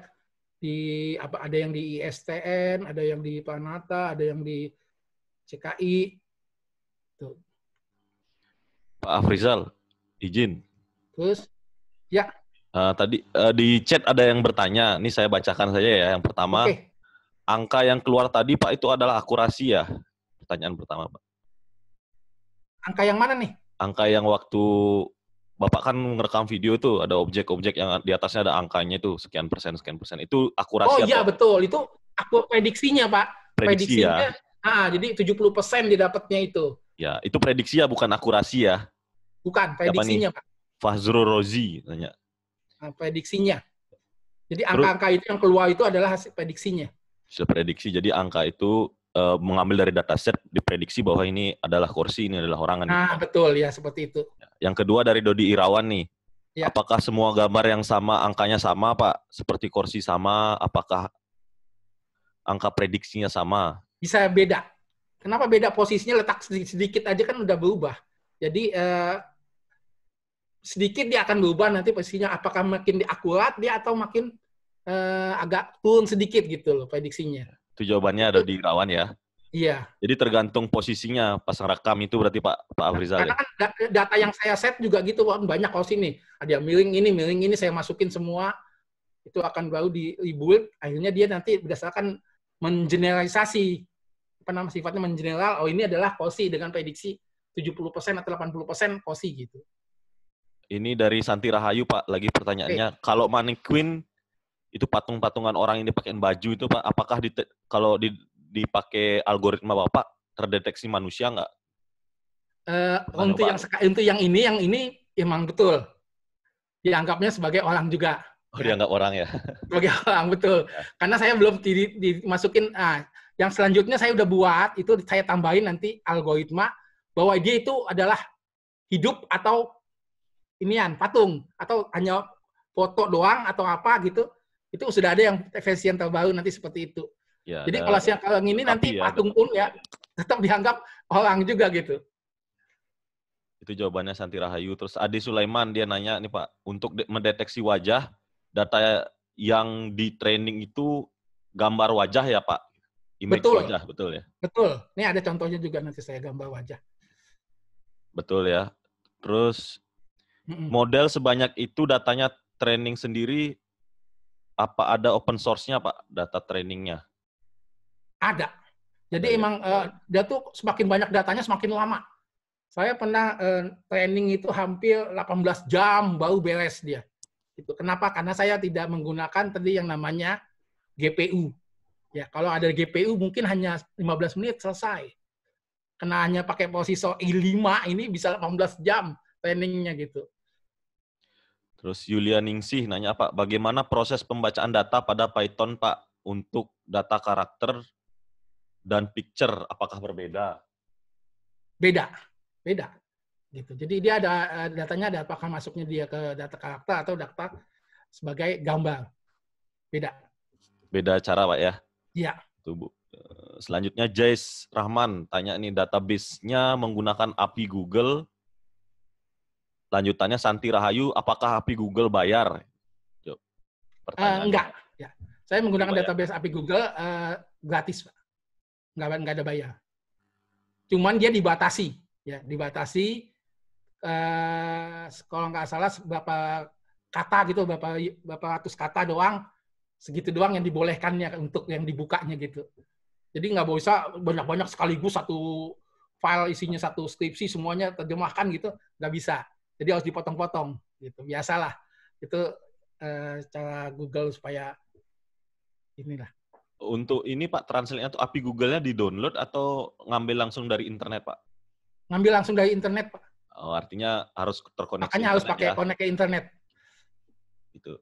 Ada lagi nih Fahrul Roji. Tergantung posisi, apakah terpengaruh dengan cahaya juga Pak untuk pendeteksian wajah itu? Pendeteksian wajah makanya pendeteksian objek tadi, objek yang ya objek atau wajah ya sama aja ya itu. Ya. Itu betul. Kalau dia gelap dia akan kesukaran untuk mendeteksinya gitu. Jadi emang pencahayaan penting sekali ya. Makanya kalau tadi ya dalam merekamnya itu kalau rekamannya bagus hasilnya makanya ini tepat sekali, benar tepat. Tapi kalau rekamannya misalkan gelap atau gimana banyak yang salah. Seperti itu. Iya, itu ya kira-kira jawaban dari Pak Afrizal. Nanti kalau ada nanya silahkan di chat, nanti kita sambil tanya jawab. Silahkan Pak, kalau mau dilanjutkan. Oke, lanjut lagi tadi, coba tadi jurnal yang tadi. Sebentar Pak. Ya, ada lagi boleh. Jurnal yang gabung wajah tadi Pak.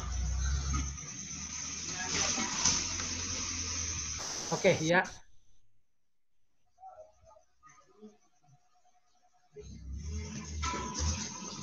Ini ada lagi jahit gambar Pak, menggabungkan beberapa gambar. Oke.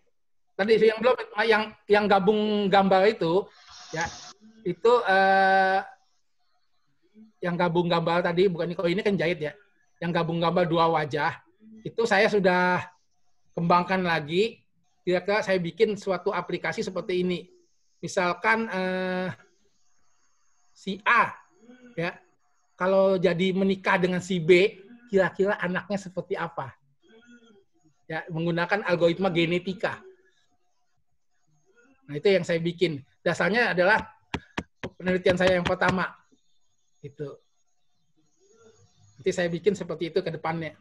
Ya, jadi kita bisa main nanti kalau saya mau nikah lihat dulu nih. Misalkan cowok atau cewek. Kalau saya sama dia anaknya ganteng-ganteng enggak? Kalau enggak ganteng enggak jadi dah. Putus aja. Seperti itu. Itu sekedar buat hiburan aja. Kalau nanti taruh di Play Store pasti kan rame tuh. Banyak yang pengen. Nah, seperti itu ya. Ya, selanjutnya. Jurnal yang selanjutnya. Jahit gambar, Pak. Ya, jahit gambar. Ya, kalau jahit gambar ini kadang-kadang kita moto itu kan nggak bisa white atau apa namanya kebuka semua gitu ya. Nah, itu adalah kita foto sebagian-sebagian, terus kita gabungkan itu fotonya jadi satu. Itulah hasil penelitian saya seperti itu. Ya. Terus coba digulung lihat. Ya. Jadi metodenya adalah ini matematika aja isinya nih. Karena apa? Dia ngitung semua ininya. Nah, ini gambar 1, saya ambil segini. Ya. Terus gambar 2 naik ke atas. Gambar 2 ini. Naik lagi. Gambar 3 lihat. Nah, gambar 3 ini. Gambar 4 di atas. Gambar 4 ini. Maka saya jahit, saya satukan, jadilah seperti ini, panjang. Nah. Seperti di Android ya, itu Pak? namanya, Seperti di dia Android, bisa ngepasin ya, koordinatnya semua nih. Ya, jadi panorama, dia bisa kebuka semua gitu. Dia bisa ngepasin posisinya, jadi dijahitnya sama dengan, apa namanya, di ininya rata sama dengan, nggak ada yang, coba Anda lihat, nggak ada yang, kayaknya gambarnya jadi nyatu, padahal itu adalah hasil jahitan. Oke. Lanjut. Ini semua saya buat dengan Python ya. Makanya ini inspirasi buat Anda bikin skripsi. Ya, supaya yang lain-lain lah. Ini pengenalan wajah ya. Face recognition. Gitu. Itu nanti bisa mengenalin wajah si A, si B dengan namanya siapa akan tampil. Situ ada nggak fotonya? Ada Pak. Coba dibuka foto saya, ada nggak di situ? Ini bukan Pak. Bukan, yang di bawah ya. Yang di luar ada foto.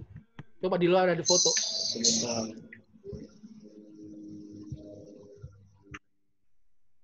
Cloning Pak atau masker? Bukan yang di sini, di Google Drive-nya kan ada fotonya tuh. Ada gambar foto. Contohnya. Contoh daripada ini ada gambar fotonya di atas. Coba buka. Buka ke itu lagi. Ke share lagi.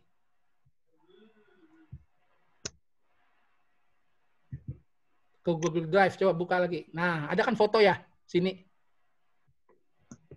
Ini apa? Foto apa? Cloning Pak. Buka. Hah? Cloning ini Pak. Bukan. Ini. Oh, bukan. Bukan, oke. Cuma 2 ini aja Pak gambarnya. Enggak ada. Oh, saya coba saya buka dari saya, bisa nggak ya? Coba. Baik, silakan Pak. Ya.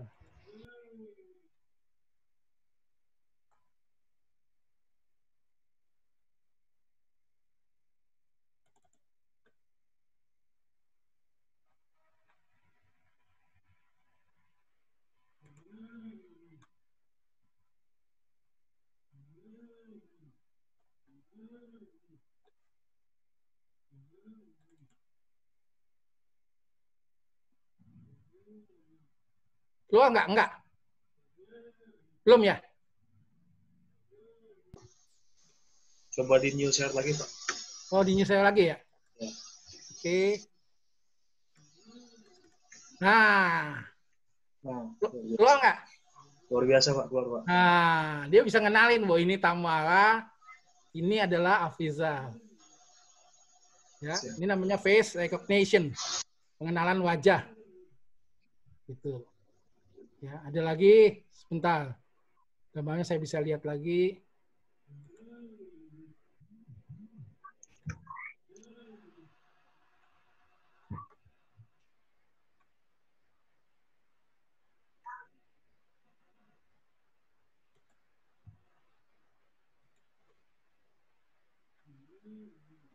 Bukan. Nih, kelihatan nggak? Kelihatan Pak. Ya. Bahwa dia bisa ngenalin Pak Darsono, Pak Siregar, dan Pak Afizal. Ini adalah face recognition. Jadi semua muka di muka kita didaftarkan dulu, nanti dilatih, maka komputer nanti bisa ngenalin kalau ada foto yang lain, dia bisa ngenalin siapa ini. Itulah machine learning hebatnya. Oke, Lanjut ke jurnal lagi yang lain.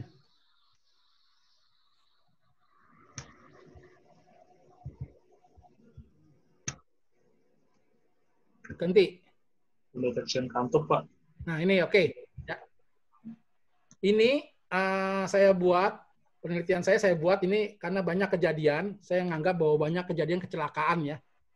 Bahwa kecelakaan itu diakibatkan oleh sopir yang ngantuk. Gitu. Maka saya buat penelitian dengan menangkap wajahnya itu, ya kalau ditaruh kamera ditaruh di dashboard mobil, maka kalau dia ngantuk langsung men-trigger alarm bunyi, dan saya bikin dulu. Nah, dia akan lihat di sini ada mata ya. Kondisi matanya dilihat, kalau kebuka itu berarti dia mata tidak ngantuk. Kalau matanya ketutup itu berarti matanya dianggapnya ngantuk dan men-trigger men-trigger daripada suara. Apakah mau diisi suara apa, sirine kayak, atau bangun Bapak ngantuk nih, bangun gitu. Atau dan dia meng-WA ya atau meng-SMS ya istri atau keluarga bahwa nanti kondisi bapaknya ini sedang membawa mobil dalam kondisi ngantuk. Nah, ini tujuannya adalah untuk mengurangi kecelakaan. Gitu. Jadi nanti dia kalau ada kondisi ngantuk langsung keluar warning. Awas ngantuk, awas. Semua itu dilihat dari yang dipantau adalah kelopak matanya ini nih. Kalau kelopak matanya normal, dia ada ambang batasnya ya. Itu kita setting, nanti bisa disetting. Kalau dia masih melek, berarti dia dianggap masih nyupir dengan prima. Tapi kalau sudah nyupir sambil matanya melam, itu udah bahaya. Dianggapnya langsung alarm berbunyi, suruh istirahat.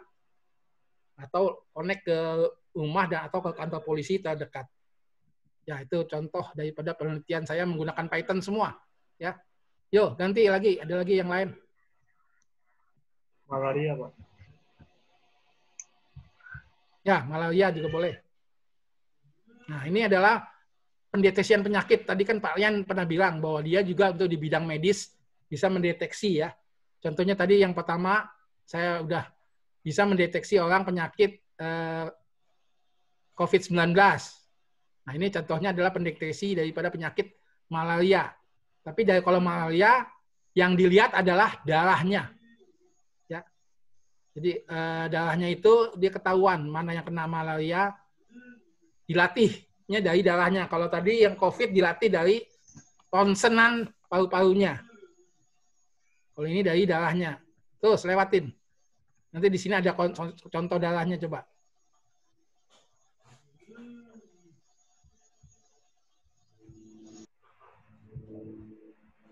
Terus lagi, lewat.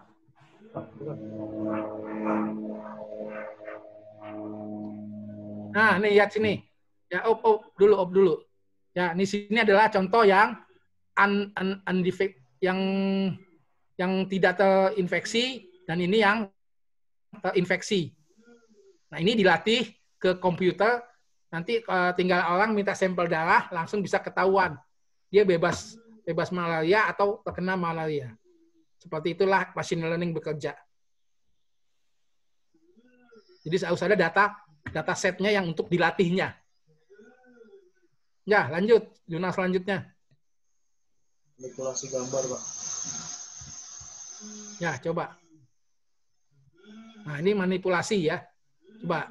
Ini adalah saya manipulasi gimana kalau memanipulasi gambar ya. Ini idenya dari Photoshop saya. Saya lihat Photoshop kok bisa ngubah-ngubah gambar, ternyata pakai Python bisa dibuat juga. Ya. Ini memanipulasi gambar. Terus ke bawah terus. Ini semua saya sudah jurnalkan, hasil penelitian saya sudah saya jurnalkan. Sudah terbit. Terus ke bawah. Ya. Ke bawah lagi, lihat gambarnya aja. Lihat gambarnya aja. Mulai gambar terus. Gambar yang atas, bawahnya. Yang paling bawah. Gambar yang paling bawah. Gambar buahnya, gambar buah atau gambar kuda, nggak salah. Ini Pak, di bawah. Mana belum kelihatan sih? Jadi Bapak lagi tunggu. Gitu. Nah, ya udah. Oke ya nih. Tadinya buah, tadinya apel diubah ke jeruk. Apel ke jeruk ya. Nah, ini dengan manipulasi daripada gambar. Ya. Atau sebaliknya nanti bisa juga dari jeruk ke apel. Gitu.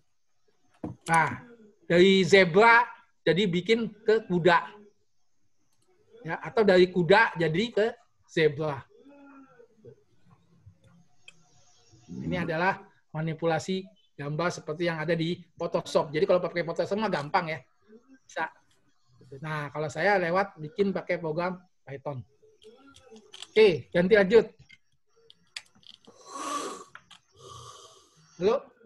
Pak, sambil jalan ada beberapa pertanyaan, Pak. Oh, boleh, silakan. Pak, bahasa Python ini bisa dipakai atau diimplementasikan di sebuah mesin atau alat elektronik lain seperti mesin absen atau Sangat mesin bisa, Pak. Sangat bisa, Pak ya. Karena sekarang ada yang namanya komputer yang kecil itu, Pak. Ya. Itu bisa disimpan di mana? Nah, itu. Itu bisa dipakai, diisi dengan bahasa Python di situ, langsung nanti dijalankan. Karena udah ada yang buat itu dalam bentuk robot ya. Pengenalan objek, tapi dia bentuknya dalam bentuk robot. Sebenarnya ada komputer mininya itu. Nah, Raspberry-nya di dalamnya. Nah, itu dia semuanya disimpan di situ. Itu karena Python ini kecil ya, jadi cukup nggak perlu pakai hard disk, dia pakai card yang itu aja. Nah, itu dia bisa install. Ya, di situ langsung dalam bentuk mesin. Ya, itu udah diirawan ya. Lanjut dari Dwi Septiana. Pak, ingin sedikit bertanya mengenai algoritma. Algoritma apa yang cocok untuk menjalankan program penerjemah kata? Paling cocok itu adalah jaringan saraf tiruan. Ya. SPN, neural network, Pak ya. Neural network itu yang paling cocok dan paling bagus, dan akurasinya paling bagus itu. Nah, sekarang pun Google Translate, kenapa sekarang terjemahannya sudah bagus? Karena menggunakan jaringan saraf tiruan tadi. Neural network. Jawabannya, Ade Sulaiman. Pak, untuk source machine learning pendeteksi orang, apakah boleh share dan dipelajari? Atau ada referensi open source-nya? Itu ada di jurnalnya, Pak ya? Sudah ada source-nya ya? Mungkin jurnalnya bisa dibaca, di sana sudah ada source-nya. Ya, boleh. Kalau enggak nanti kalau Anda emang ada ingin penelitian lebih lanjut gitu, mereka mau buat skripsi apa, nanti saya bisa bantu. Source-nya buku-buku saya juga, buku tentang Python banyak sekali ya, tapi yang bahasa Inggris semua. Itu nanti saya bisa bantu ya, kasih referensinya, terus pustaka-pustakanya saya unjukin nanti banyak sekali. Jadi Anda cukup buat aplikasi, nggak terlalu rumit-rumit, tinggal panggil aja. Tinggal panggil library-nya tadi. Ya, itu jawabannya. Silakan menghubungi Pak Afrizal. Fahru Rozi, sebelum pengenalan wajah harus menggunakan metode image processing dulu ya Pak, supaya sistem membaca dengan benar. Itu yang namanya library DLib ya. DLib itu mengenali wajahnya dia difoto Pak. Ternyata tuh dia dibikin salah satu kayak ada pengenalannya gitu loh Pak. Dia akan membedakan itu dalam bentuk matriks nanti. Semua itu dalam bentuk angka-angka. Sudah ada library-nya Pak ya, Pak Afrizal ya? Iya. Baik. Enaknya di Python udah ada library-nya semua. Jadi saya nggak perlu bikin limit itunya, tinggal panggil library-nya aja. Gitu. Itu jawabannya. Fahru Rozi. Sugiono, sama ya. Izin untuk source code. Nanti silakan hubungi Pak Afrizal untuk Sugiono. Jais, untuk pendeteksian kantuk, Pak, saya ingin bertanya jika hanya kedip tetapi tidak mengantuk, apakah dideteksi sebagai ngantuk? Tidak. Jadi kan ada saya kasih toleransinya. Kalau dia sekian detik matanya tertutup, baru dikatakan ngantuk ya. Kalau hanya ngedip doang gini, nggak ngantuk berarti. Gitu. Fajar, izin bertanya perihal pendeteksian ngantuk, apakah akan terbaca bahwa supir ngantuk sedangkan dia hanya, udah nih ya, atau kelilipan sama ya jawabannya. Saya ingin bertanya, memanipulasinya apakah sangat smooth, hampir sama dengan aslinya? Yang terakhir Pak, yang manipulasi buah itu. Oke, iya. Apakah sudah sangat smooth? Apakah sudah sesuai dengan aslinya? Ya, 90% mirip sudah. 90% ya. Ya, itu saja Pak, silakan dilanjutkan. Oke, masih ada lagi nggak belum jurnal? Coba lihat. Jurnal ya Pak.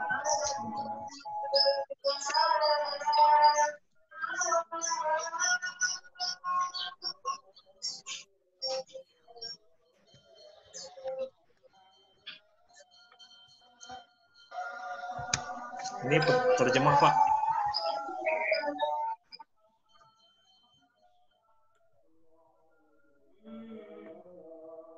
Udah tadi, udah nih. Udah. Terjemah sudah ya? Lewat. Udah. Oke. Terakhir usia dan jenis kelamin, Pak. Nah, oke. Ini memprediksi usia dan jenis kelamin. Ya. Ini ide ini saya timbul waktu saya pakai handphone Xiaomi saya. Jadi di Xiaomi ternyata kok ada ini nih. Ada aplikasi semacam pakai ini gitu loh. Saya kira di foto gini, oh usianya sekian. Gitu. Cuman usia doang waktu itu. Ini saya tambahkan dengan jenis kelamin. Jadi bisa membedakan usia dan jenis kelamin juga. Nah, sini dilihat ya bahwa usia akan keluar 52 tahun dan jenis kelamin di bawahnya laki-laki. Gitu. Semua sama. Dikasih data pelatihan. Semuanya machine learning. Ya. Dikasih data pelatihan, semua dikenalin. Ini adalah wanita, seperti ini. Kalau yang ini gini pria. Nah, umur juga begitu. Wajah orang tua seperti ini, agak muda seperti ini, anak-anak seperti ini, dikenalin komputer. Sehingga komputer mengeneral suatu ada lagi wajah yang ini, dan dia bisa tahu masuk klasifikasi yang mana ini. Gitu. Oh, ini di usia sekian. Oh, ini di usia sekian. Nah, seperti itulah cara kerja machine learning. Oke, ada lagi pertanyaan? Sebenarnya masih banyak lagi ya. Mau tanya mungkin.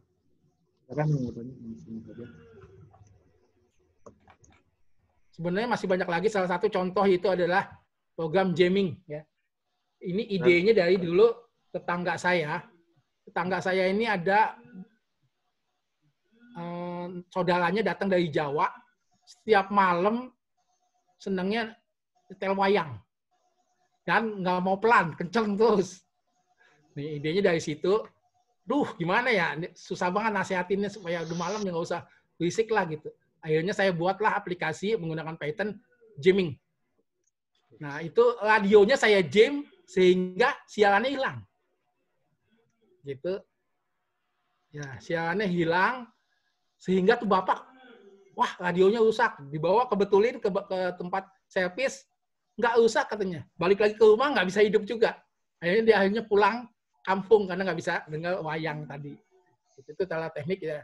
Itu sama buat pakai Python, itu buat jamming. Ya. Idenya dari jamming adalah meniban frekuensi yang sama. Ya.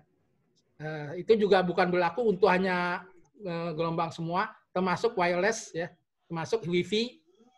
Dan yang terakhir adalah untuk handphone. Ya, jadi nanti kalau nanti Anda ya ujian sama saya, misalkan nanti suatu saat ujian sama saya jalankan program jammingnya, silahkan open Google. Nyatanya Anda Google, secara mati semua gitu. Itu salah satu. Ya. Oke, seneng open Google. Bebas, tapi coba mati semua.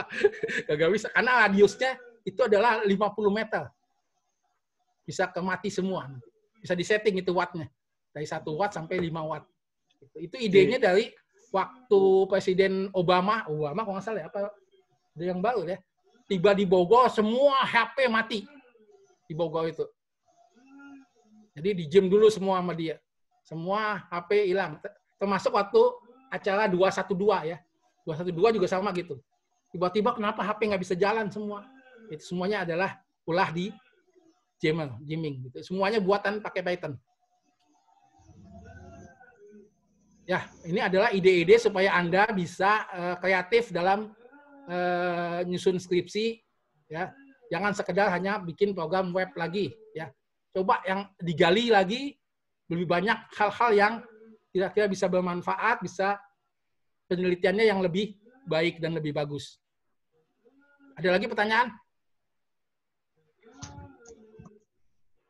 Baik Pak, berarti selama ini, maksudnya sejauh ini pengembangan Python tersebut menggunakan library yang udah ada Pak tadi Pak ya, seperti disebutkan di awal udah pakai ratusan library. Betul. Itu bisa kita tinggal pakai aja ya. Iya, itu enaknya Python. Siap. Sukanya saya gitu. Jadi kita nggak terlalu membuat dari nol ya. Kayak masalah giniannya udah ada orang yang buatin, masalah B-nya udah ada yang buatin, yang C udah ada yang buatin. Jadi kita gabung, jadilah aplikasi yang canggih. Ya. Gitu. Oke, berarti selama ini juga mungkin di lantai 6 atau lantai 7 Pak, kita suka lagi buka internet, suka lambat gitu internet. Mungkin Bapak lagi jalan aplikasi jamming itu juga Pak ya? Bisa ada aja, enggak lah. Siap. Oke, teman-teman lain mungkin ada yang ingin bertanya lagi, karena kita sudah mencapai sesi terakhir nih, sebelum penutupan acara. Kalau sudah tidak ada yang bertanya, mungkin Pak Afrizal Zain sudah cukup materinya Pak yang disampaikan? Oke, saya rasa cukup ya. Mudah-mudahan apa yang saya sampaikan bermanfaat, membuka wawasan Anda ya, membuka wawasan Anda untuk meneliti, untuk menghasilkan nanti ide-ide yang lebih cemerlang, lebih bagus lagi, dan nanti saya siap membimbing Anda untuk ke arah sana. Terima kasih. Terima kasih banyak Pak Afrizal atas materi yang disampaikan dan bimbingannya nanti jika di antara kita ada yang ingin mendalami ilmu machine learning ini, bisa menghubungi Pak Afrizal Zain dan Pak Aryan Mutajisan. Baik, Bapak-Bapak yang saya hormati dan rekan-rekan yang saya banggakan, demikianlah acara workshop ini selesai dilakukan. Sorry, sebelum tutup saya ada beberapa. Silakan Pak Ian, mungkin ada. Ya, terima kasih untuk Anggi selaku moderator. Untuk Pak Agung, terima kasih sudah membuka acara. Pak Afrizal sudah mengisi acara juga. Terima kasih untuk seluruh peserta yang sudah dari awal hadir. Itu mungkin bisa dikatakan apa ya istilahnya stimulus lah untuk kalian yang sedang menyusun skripsi ya, untuk bisa misalnya jadikan contoh. Nah, untuk yang suka data science, bukan hanya misalkan bikin aplikasi ya, karena kebanyakan saya lihat bikin aplikasi, tapi makanya saya menghubungi Pak Afrizal untuk buat acara ini. Dan terima kasih untuk Pak Afrizal atas responnya. Dan untuk mahasiswa, sekali lagi saya ingatkan kalau skripsinya mungkin bisa digeser-geser ke sini sedikit nih, yang belum ada judul, silahkan digeser-geser, berkonsultasi dengan Pak Afrizal. Dan ya lebih banyak lah jenis skripsi yang bisa kita olah sebagai di jurusan teknik informatika, tidak hanya untuk buat sistem gitu, buat aplikasi gitu, bukan hanya menggunakan metode yang paling sering kan sekarang tuh extreme programming gitu. Semua extreme programming saya lihat di skripsinya. Jadi saya harap sudah bergeser ke sini. Dan untuk pertanyaan, terima kasih semua. Oh ya, ini acara kedua. Yang pertama kan saya membuat pembicaranya dari Bali itu kemarin Pak Andre namanya, tentang kode igniter, sekarang machine learning. Nanti yang ketiga bulan Juni tanggal 1 itu ada Flutter tentang mobile programming, nanti pengisinya Pak Agus. Yang sudah daftar silahkan mengikuti. Tapi kira-kira ini adalah stimulus untuk kalian terus ini ya, walaupun di rumah saja tapi terus berkreasi, terus mempercepat penyelesaian skripsinya lah, agar begitu masuk UAS, setelah UAS sudah langsung ujian gitu, ujian skripsi. Jadi biar mempercepat, itu tujuan saya. Ya, semoga bisa bermanfaat dan terima kasih sudah hadir seluruhnya. Nanti sertifikat akan dikasih di ini Google Drive. Materi dari Pak Afrizal sudah ada di Google Drive juga, kalau mau bertanya-tanya bisa WA langsung Pak Afrizal. Ya, kira-kira itu aja. Terima kasih. Pak Agung, mungkin ada tambahan Pak Agung? Jadi disampaikan Pak Afrizal kan banyak sekali itu yang bisa digunakan untuk mengembangkan ya. Dan tadi sudah disampaikan bahwa Python itu udah ada library-nya ya. Jadi bisa dipelajari dan tidak merangkai lagi dari awal, karena di situ udah komunitasnya besar. Dan ini memang kalau program open source itu ada komunitasnya ya. Jadi kalian bisa masuk di komunitas itu. Mungkin Pak Afjal di-link-kan komunitasnya Pak. Kemudian dikasih mahasiswa dikasih PR gitu. Coba kerjakan ini, linknya kayak begini. Jadi mereka biar berlatih. Jadi setelah selesai seminar ini, workshop ini, kalian juga harus berlatih. Dan itu programnya di-download ya di Python.